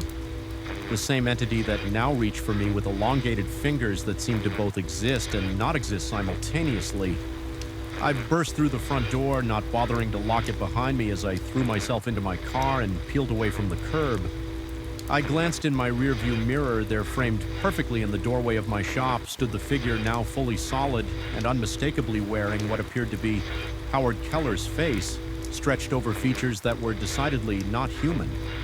I never returned to collect my belongings. I called the landlord the next day and told him I was breaking my lease, willing to forfeit my security deposit and pay whatever penalties were necessary. His lack of surprise spoke volumes. "It happens," he said quietly. "Every few tenants, they never stay long once it notices them." I've moved across the country since then, putting as much distance as possible between myself and Blackwell Avenue, but sometimes in the moments between wakefulness and sleep, I sense a familiar presence in the corner of my bedroom where shadows gather most densely. I occasionally glimpse movement, a subtle shifting that shouldn't be possible in an empty space. And on those nights I lie perfectly still, eyes shut tight, knowing with dreadful certainty that some things, once they notice you, never truly let you go. They merely bide their time in the spaces between, waiting for the moment when you too will become another shadow on the wall, the fluorescent. Lights never flicker in our office. That's what makes it worse. There's no warning, no physical manifestation of the wrongness that permeates this place. Just the steady clinical brightness washing over identical beige partitions, creating the illusion of normalcy while something watches from the peripheral edges of perception. I've worked at Meridian Financial for 3 years now, and it wasn't until 6 weeks ago that I began to question whether I was truly alone at my desk. The first incident occurred on a Tuesday afternoon. The office had emptied for lunch, but I'd stayed behind to finish a quarterly report. The building was unusually quiet, without the ambient noise of fingers tapping keyboards and hushed conversations flowing over partition walls. I was deep in concentration, manipulating data points in an Excel spreadsheet when I felt it. My chair slowly rolling backward, not a sudden jerk, but a deliberate measured pull, as though someone standing behind me had grasped the backrest with both hands and gently drawn it away from my desk. My body tensed immediately. The movement was unmistakable, the roller wheels making that distinctive soft rumble against the thin carpet. I spun around, expecting to find a coworker playing a prank, but encountered only the empty space between my cubicle and the wall. The air conditioning vent was 15 feet away, its gentle breeze far too weak to move a chair occupied by my 185-pound frame. I scanned the area for any logical explanation. Perhaps the floor was uneven, causing a gradual roll. Nothing. The floor was perfectly level. The chair's wheels were locked. There was no rational explanation for what had just occurred after a few moments of staring into empty space. I laughed nervously and rolled myself back to my desk. The sound echoed unnaturally in the vacant office. I dismissed the incident, blaming it on lack of sleep or an overactive imagination fueled by too much caffeine, but that was just the beginning. 2 days later, I was organizing files in the cabinet adjacent to Kyle Peterson's desk when I heard it. The distinctive click of a mouse button being depressed, then released. I straightened up my spine, stiffening as I turned toward the sound. Kyle's workstation sat empty, his computer powered down the monitor, a black void reflecting the overhead lights as I stared. Another click pierced the silence, then unmistakably the rapid tapping of keys on a keyboard that shouldn't have been active. The hairs on my forearm stood up as I approached Kyle's desk. The phantom typing continued for 3 more seconds before abruptly ceasing. When I reached the edge of his partition, the keyboard sat undisturbed. The mouse hadn't moved, the computer remained off its power button. Unlit, I pressed a random key experimentally, feeling the familiar resistance and hearing the plastic click. It sounded identical to what I just heard, except there had been no one there to press it. I reported the incident to it the next morning, keeping my voice casual as I described strange electrical activity at several workstations. Maris from tech support conducted a thorough inspection, checking for short circuits, software glitches, and remote access attempts. His analysis revealed nothing unusual. He suggested that newer computers sometimes made settling noises as components cooled. Although his explanation seemed forced, a rational band-aid applied to an irrational wound. The incident escalated over the following week. I began documenting each occurrence in a password-protected file on my desktop titled Office Anomalies. The mouse clicks and phantom typing continued intermittently, always from unmanned workstations. Twice I discovered my own monitors awake when returning from short breaks. Despite having manually put them to sleep, chair movements became more frequent. Not just my own chair rolling backward, but occasionally shifting to the side in tiny increments, as though someone invisible was adjusting their position for comfort. I started noticing patterns. The phenomena occurred most frequently between 2:30 and 4:15 p.m., when the office population thinned as people attended meetings or took late coffee breaks. Activity clustered around my section of the floor and 3 empty cubicles nearby that had been vacant since the last round of layoffs. The temperature around these workstations ran consistently 3 to 4 degrees cooler than the rest of the office. According to the small digital thermometer I'd smuggled in and placed discreetly on my desk, my colleagues noticed the change in my behavior before they noticed anything unusual about the office itself. I caught Diane from accounting watching me with concern when I abruptly stopped mid-sentence during our budget meeting after hearing keyboard clicks from an empty conference room next door. Later, she quietly asked if everything was all right at home, her eyes communicating a sympathy I didn't want or need. I assured her I was fine, just suffering from insomnia, the standard excuse for increasingly erratic behavior. The truth was, I'd begun dreading coming to work each morning. I would stand at the entrance to my cubicle, heart pounding, palms slick with sweat, scanning my workspace for signs of disturbance. Had my chair moved a quarter inch to the left, was my monitor tilted at a slightly different angle? Were my pens arranged exactly as I'd left them? The minute adjustments seemed deliberate, as though someone wanted me to notice them but couldn't physically move objects more dramatically. By the 3rd week, I developed a routine to document the normal state of my workspace before leaving it unattended. I took photos with my phone before bathroom breaks, positioned items in specific alignments, and even placed a single strand of hair across my keyboard, an old spy trick to detect interference. More often than not, I would return to find subtle changes. The hair moved or missing. My stapler rotated 15 degrees. Desktop icons rearranged the incident that finally shattered my skepticism. occurred exactly 32 days after the first chair movement. I'd stepped away from my desk for barely 3 minutes to refill my coffee mug. When I returned, my computer display showed an open Word document I had no recollection of creating. The file name was a string of numbers 2222317 docs that I later realized corresponded to the date of the first incident. The document contained only a single line of text typed in 12-point Arial. I need to finish what was started. My coffee mug slipped from my fingers, the ceramic shattering against the thin industrial carpet, hot liquid spattering my ankles. I barely felt it. The words on the screen seemed to pulse with malevolent intent. I didn't create this file. No one else had access to my computer, which automatically locked after 60 seconds of inactivity. Yet here it was undeniable evidence that something or someone was using my workstation. My mouth went dry as I lowered myself into my chair, which felt unusually cold against my back, as though someone had just vacated it with trembling fingers. I closed the document without saving and ran a full virus scan. The system came back clean. I checked the document properties, which listed me as the author and showed a creation time of 10:37 a.m., exactly when I'd been standing in the break room watching coffee drip into my mug from the machine spout that night I couldn't sleep. My mind raced through possible explanations, each more unlikely than the last. An elaborate prank by coworkers, corporate espionage, a security guard. With access to our systems during off hours, a homeless person somehow gaining entry to the building. None of it made sense. The building had 24-hour security and key card access. The IT systems logged all activity. There would be evidence of an intruder unless the intruder wasn't physical. The thought that had been hovering at the edges of my consciousness finally formed into coherent shape. What if the empty cubicles weren't actually empty? I began researching the history of our office building, digging through public records and news archives during lunch breaks and sleepless nights. The 12-story structure had been built in the late 1980s on land previously occupied by a small psychiatric outpatient facility. Nothing particularly sinister emerged from my investigation.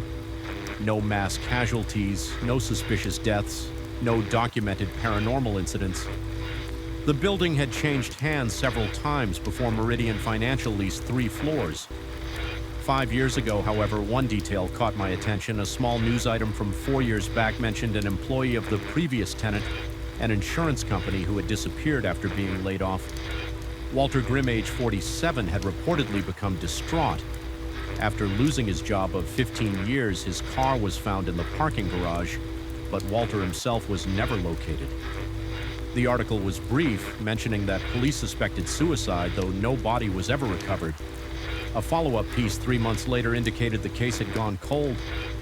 My pulse quickened when I read the physical description of Walter Grimm, 5'10", 190 pounds. About my build, the article included a grainy photo showing a nondescript middle-aged man with thinning hair and wire-rimmed glasses, similar to the ones I wore. The resemblance wasn't striking, but it was enough to send a chill racing down my spine. I began noticing new patterns in the phenomena. Activity intensified whenever I worked late. As though my presence after hours disrupted something, the phantom typing became more urgent, the chair movements more aggressive twice. I felt a distinct pressure against my shoulder blades while working, as though someone were leaning over me to view my monitor. Each time I'd spin around to find empty air, my heart hammering against my ribs, my breath coming in short, painful gasps. My work performance suffered. I missed deadlines, made careless errors in financial projections, and zoned out during important meetings. My supervisor, Michael, called me into his office to express concern. He spoke in carefully measured tones about a stress management and the company's employee assistance program.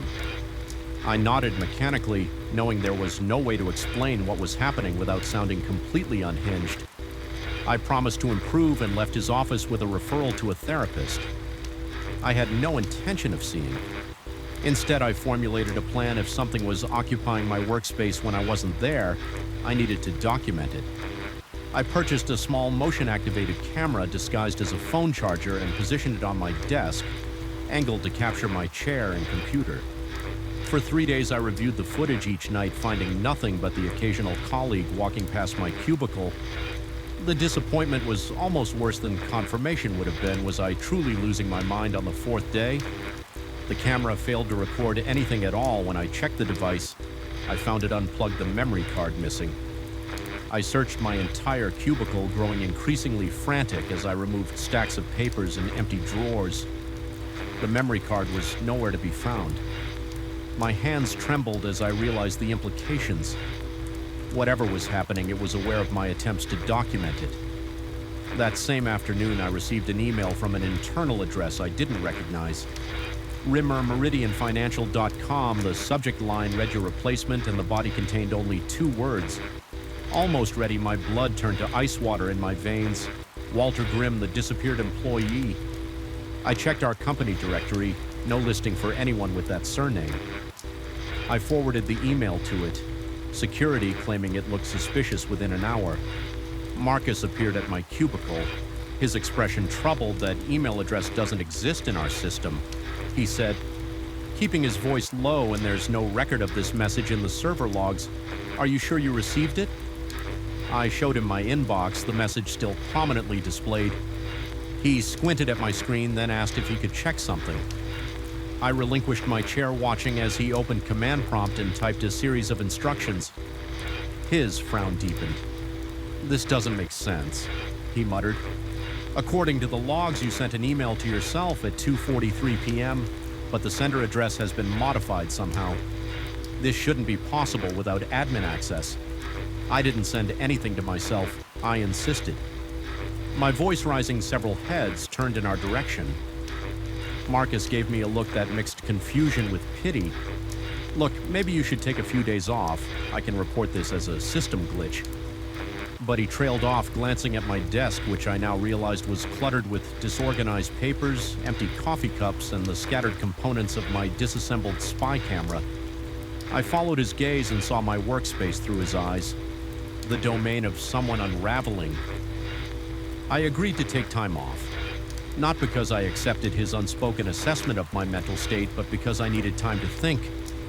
Without the constant fear of what might happen when I turned my back as I packed my bag, I felt a strange reluctance emanating from the space around me, as though the air itself had thickened with disapproval.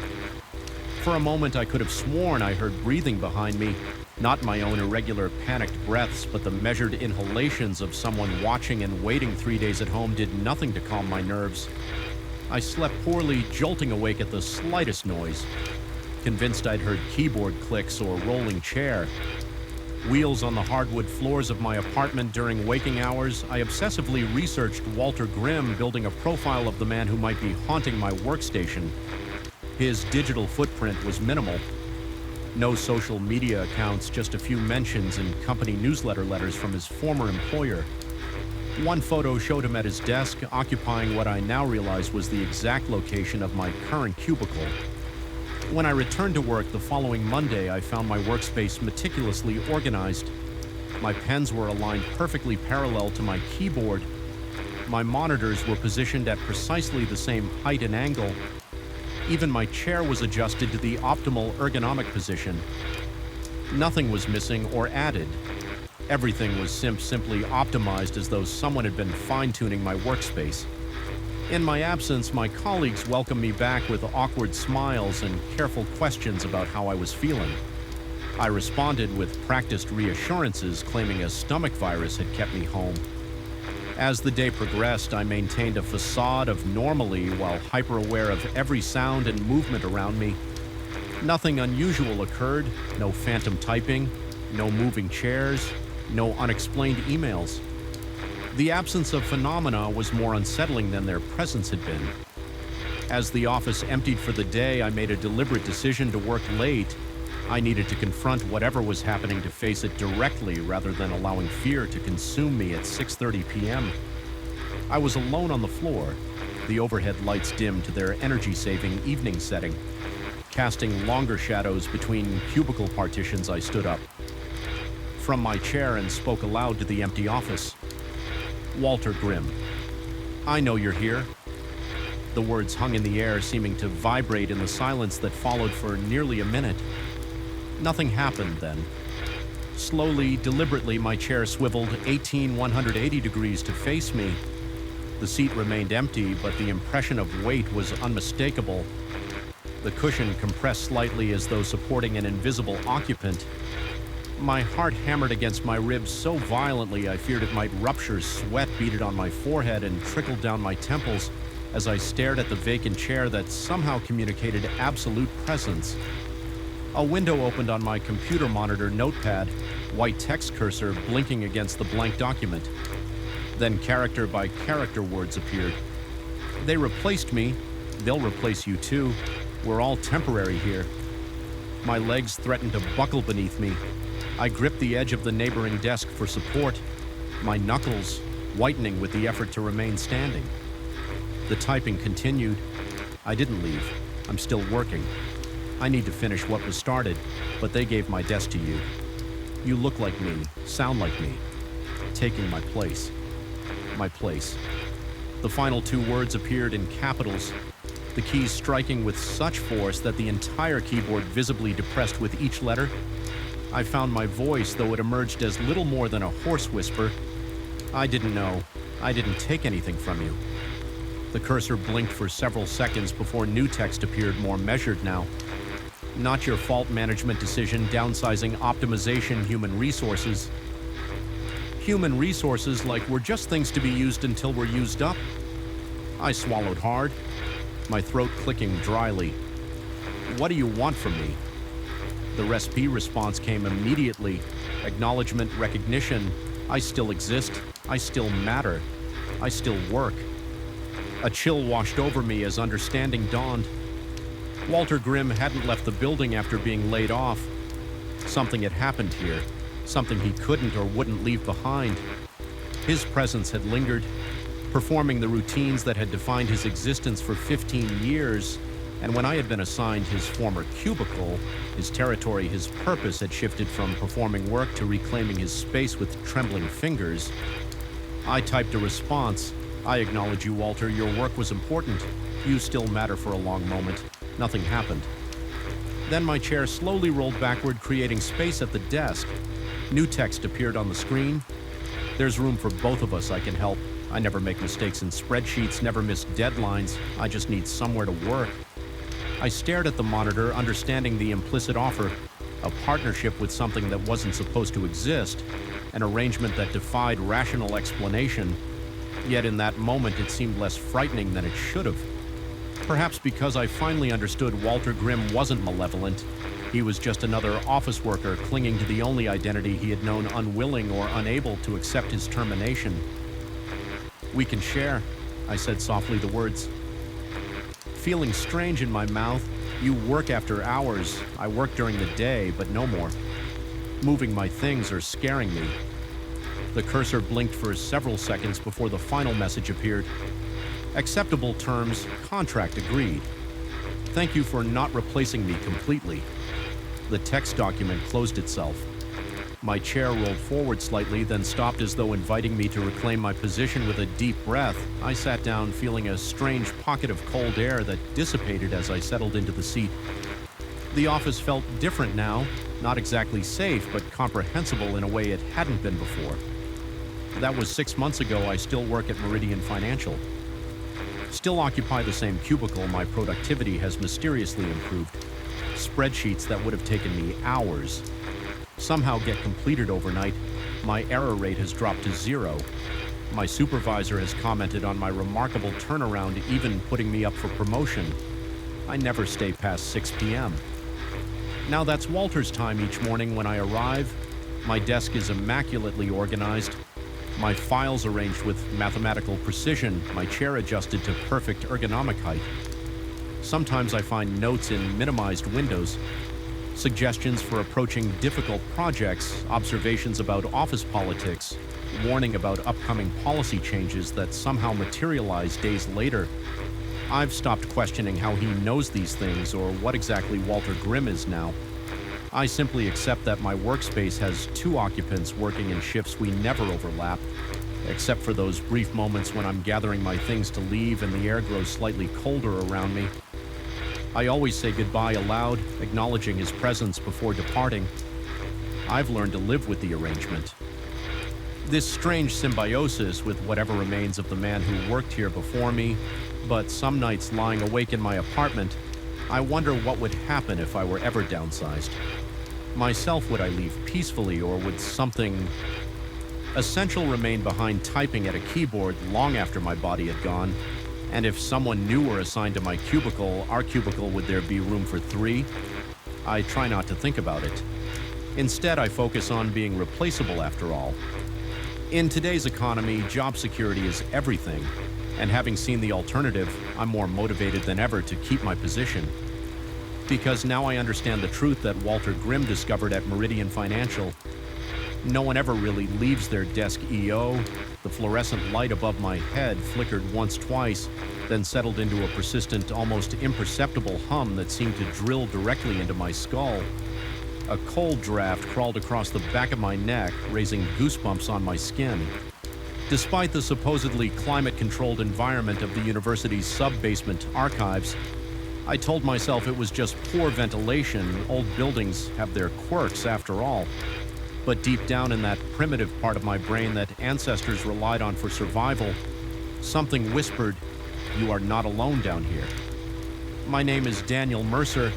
I'm an adjunct professor of American literature at Grayson University, and 3 months ago I discovered the perfect hiding place. The sub-basement archives, a labyrinth of metal shelving units filled with dusty tomes, forgotten journals, and boxed records that hadn't seen daylight in decades, became my sanctuary. Unlike the crowded faculty offices or the perpetually noisy library, no one came down here. The isolation was perfect for someone like me, desperate for uninterrupted research time to finish the book that might finally secure me a tenure-track position. At first I found the silence comforting, the gentle hiss of the ancient ventilation system, the occasional creak of the building settling. They became a soothing white noise. As I worked, I established a routine, arriving early each morning with a thermos of coffee, navigating the narrow passages between shelves to my favorite corner, where I'd set up a makeshift workspace atop an old wooden desk.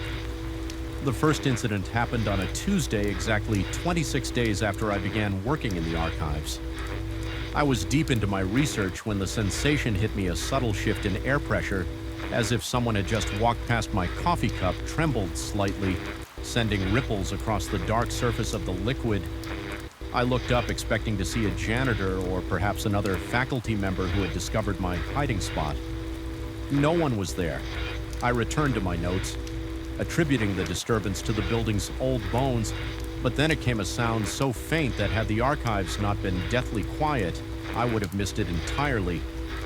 Daniel, my name, whispered in a voice that seemed neither male nor female, neither old nor young, just a breath of sound that slithered through the stacks. I jerked upright, my heart suddenly hammering against my ribs. "Hello?" I called out, my voice embarrassingly unsteady. "Is someone there?" Silence answered me. I rose from my chair, the metal legs scraping against the concrete floor with an ugly screech that echoed through the archives. Tentatively, I moved toward where I thought the sound had originated, a dark corner where multiple rows of shelving converged. Each step I took felt heavier than the last, my body instinctively resistant to approaching the source. When I reached the corner, I found nothing but dust and forgotten books. The air was still undisturbed. I laughed nervously at my own foolishness, running my fingers through my hair and willing my pulse to slow. Old buildings make noises. Everyone knows that I returned to my desk, but concentration eluded me. My eyes kept darting to the shadowy spaces between shelves, and more than once I caught myself holding my breath. Straining to hear something, anything after an hour of diminishing productivity, I packed up my materials and left, resolving to return the next day with a clearer head sleep. Came fitfully that night, I dreamed of narrow corridors that stretched endlessly before me, of books whose pages turned on their own, of whispers that grew in volume but remained maddeningly unintelligible. I woke repeatedly, sheets damp with sweat, certain I'd heard my name called from the darkest corner of my bedroom. Despite my unease, I returned to the archives the following morning. My career depended on this research, and I refused to be chased away by what was clearly an overactive imagination fueled by too much caffeine and academic pressure. The archives welcomed me with their familiar musty scent and Tom-like silence. I settled at my desk, determined to make progress for several hours. Nothing disturbed me save the occasional flicker of the overhead lights, a common occurrence in the sub-basement. Then, as afternoon crept toward evening, it happened again. "You shouldn't be here. Daniel." The whisper came from directly behind me this time, so close I could have sworn I felt breath against my ear. I spun around violently, nearly toppling my chair in the process. My heart seized in my chest. The sudden surge of adrenaline making my vision sharpen painfully. No one was there, nothing but rows of silent shelves stretching back into the dimness. "This isn't funny," I said aloud, my voice sounding pathetically small in the vast space. If someone's playing a joke, it's not working. I knew even as I spoke that no one was there to hear me. The sub-basement had only one entrance, and I would have seen anyone coming or going. The logical part of my brain insisted there was a rational explanation. Perhaps the ventilation system carrying sounds from elsewhere in the building, or my own exhausted mind playing tricks on me. But the primitive part, the part that recognized danger before conscious thought could process it, was screaming at me to leave. I ignored it. I had deadlines to meet, a career to salvage. Instead, I took to bringing a small digital recorder with me, determined to capture evidence of whatever was happening. If it was a prank, I'd identify the culprit. If it was some quirk of acoustics, I'd document it. And if it was something else entirely, well, I wasn't ready to consider that possibility for a week. Nothing happened. The archives remained silent save for my own movements and the building's ambient noises. The digital recorder captured nothing unusual. I began to relax, convincing myself that stress had momentarily gotten the better of me. Then came the day everything changed. I arrived earlier than usual, determined to make substantial progress on a particularly challenging chapter. The archives seemed different, somehow colder, perhaps, or simply more oppressive. The lights overhead buzzed more aggressively, and several flickered with greater frequency than normal. As I wound my way through the shelves toward my workspace, I noticed something odd. Several books protruding from their usual neat alignment as if hastily replaced. I frowned, certain I hadn't left them that way. No one else had access to this section. These were my research materials, carefully organized according to my own system. I approached the shelf. My footsteps suddenly loud in my ears. With a trembling hand, I reached out to straighten the misaligned volumes. "Don't touch what isn't yours, Daniel." The whisper came from everywhere and nowhere, filling the space around me like a sudden drop in air pressure. My ears popped painfully, and for an instant I couldn't breathe, as if all oxygen had been sucked from the room. I stumbled backward, crashing into the shelf behind me.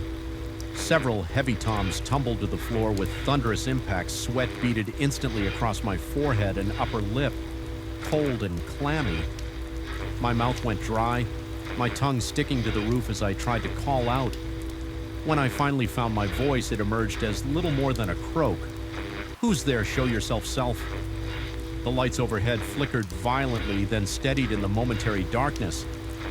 I could have sworn I saw a figure at the end of the row, tall, indistinct, motionless. But when the light stabilized, nothing was there. My hand shook as I activated the digital recorder, holding it before me like a talisman. "If someone is here," I said, trying to sound authoritative despite the tremor in my voice, "identify yourself immediately. This area is restricted." When I played back the recording later, there was no trace of my voice, only a persistent static punctuated by what sounded like distant, muffled weeping. I should have left. Then I should have reported the incident to campus security, or at least to my department head. Instead, fueled by a toxic mixture of academic desperation and morbid curiosity, I became obsessed with documenting the phenomena. I began spending even more time in the archives, arriving earlier and staying later. I set up additional recorders throughout the space. I took detailed notes of every unusual occurrence, the temperature drops, the light fluctuations, the whispers that grew increasingly frequent and increasingly specific. "They won't believe you." Daniel, you're not supposed to see Daniel. Some knowledge should stay buried. Daniel, my colleagues noticed the change in me during a department meeting. Professor Hargrove pulled me aside to ask if everything was all right. I looked unwell.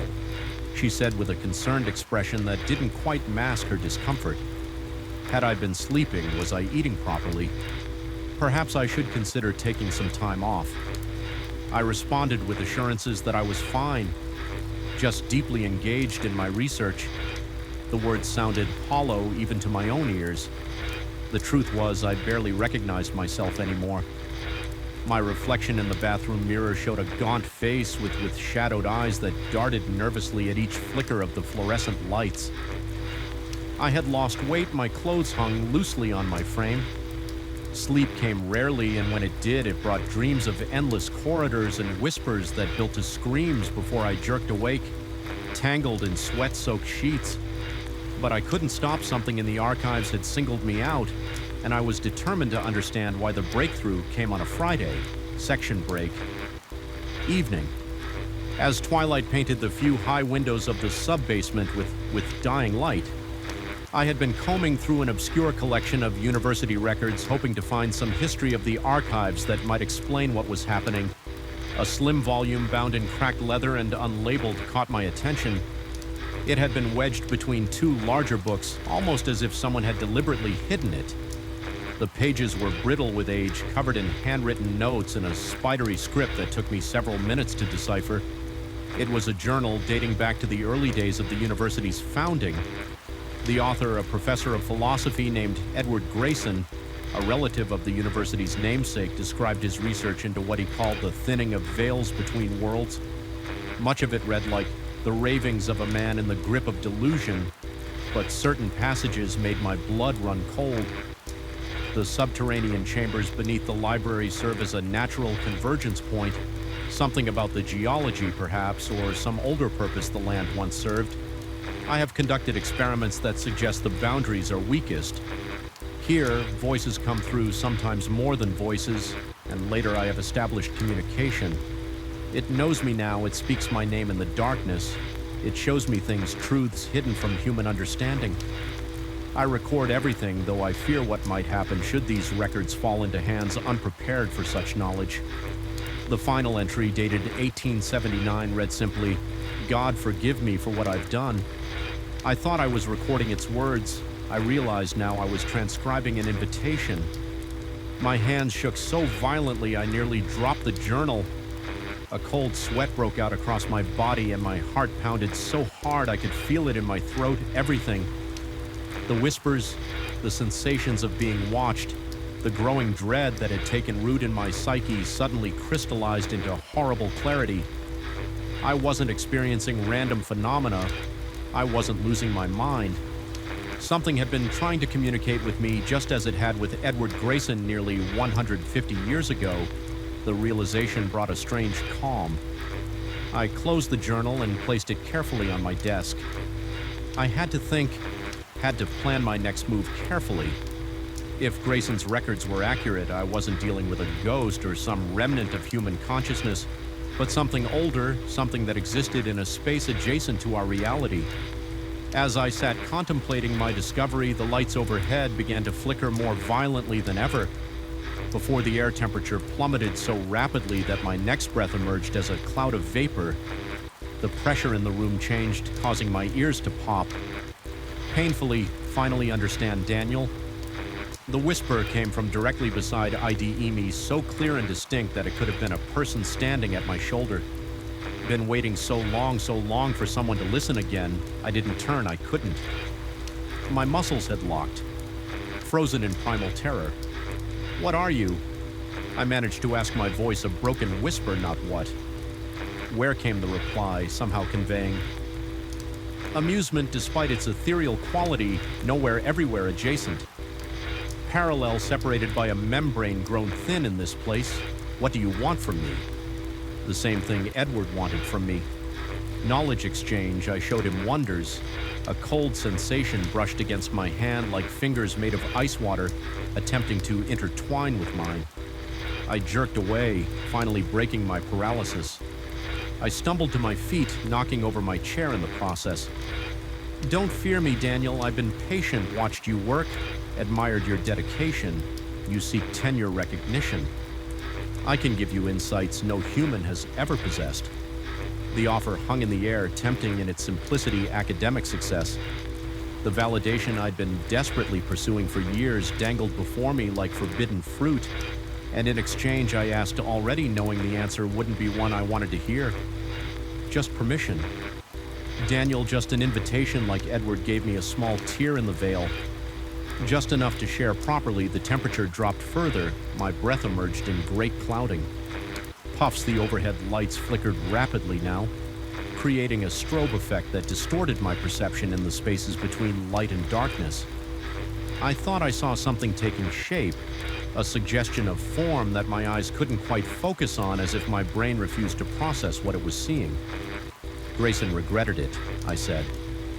Backing slowly toward the exit, he asked forgiveness in his final entry, weakness. The voice hissed closer. Now he lacked vision. You don't have to repeat his mistake. Think of what we could accomplish together for one terrible moment. I hesitated. The promise of knowledge, of insights no other scholar possessed, was almost irresistible. My entire career, my identity was built around the pursuit of understanding what was academic research, if not an attempt to push back the boundaries of human knowledge. But something in the voice's eagerness gave me pause. Not Grayson's warning, not the inherent danger of the unknown, but simply the desperation underlying the entities. Offer whatever existed on the other side of that membrane wanted access desperately. 2. Desperately for its intentions to be benevolent. No, I said, my voice stronger than I expected. No, I don't think I will. The reaction was immediate and terrifying. The temperature plummeted further, frost actually forming on the metal shelving around me. The lights exploded one after another, showering sparks and glass across the archives in the sudden darkness. I sensed movement, rapid, agitated, closing in from all sides. You can't leave. The whisper became a shriek, reverberating through the underground space with such force that several books tumbled from their shelves. I've waited too long, you were chosen. Panic seized me. I turned and ran, navigating the dark maze of shelving from memory, my hands outstretched to avoid collision behind me. I heard the crash of falling shelves, as if something large was knocking them over in pursuit. The air filled with the musty scent of ancient paper and something else, an alien that burned my nostrils and stung my eyes. I reached the stairs and took them 2 at a time, my lungs burning, my legs threatening to buckle.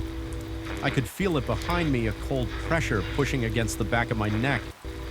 Fingers of ice just barely grazing my skin. Daniel, my name, echoed up the stairwell, distorted and stretched into something barely recognizable. You can't escape knowledge once offered. I burst through the door at the top of the stairs, emerging into the brightly lit main floor of the library. Several startled students looked up from their studies as I staggered past, doubtlessly appearing like a madman, disheveled, wild-eyed, gasping for breath. I didn't stop running until I reached the campus security office. What followed was predictably disappointing. The security officers investigated the archives and found evidence of an electrical malfunction. The cause of the exploded lights they attributed to fallen shelves, to poor maintenance, and possibly my own panicked flight through the stacks when I tried to explain about the whispers. The journal, the entity that had offered me forbidden knowledge. I was met with concerned looks and gentle suggestions that perhaps I should speak with someone from the university's counseling center. I didn't argue. What could I say that wouldn't sound like the ravings of a man on the edge of a breakdown? The journal itself had vanished, whether taken by the entity or simply lost in the chaos of fallen shelves and scattered books. I couldn't say without it I had no evidence beyond my own increasingly uncertain recollections that was 2 weeks ago. I haven't returned to the archives. Since then, I've restricted my research to the main library, always ensuring I'm surrounded by other people.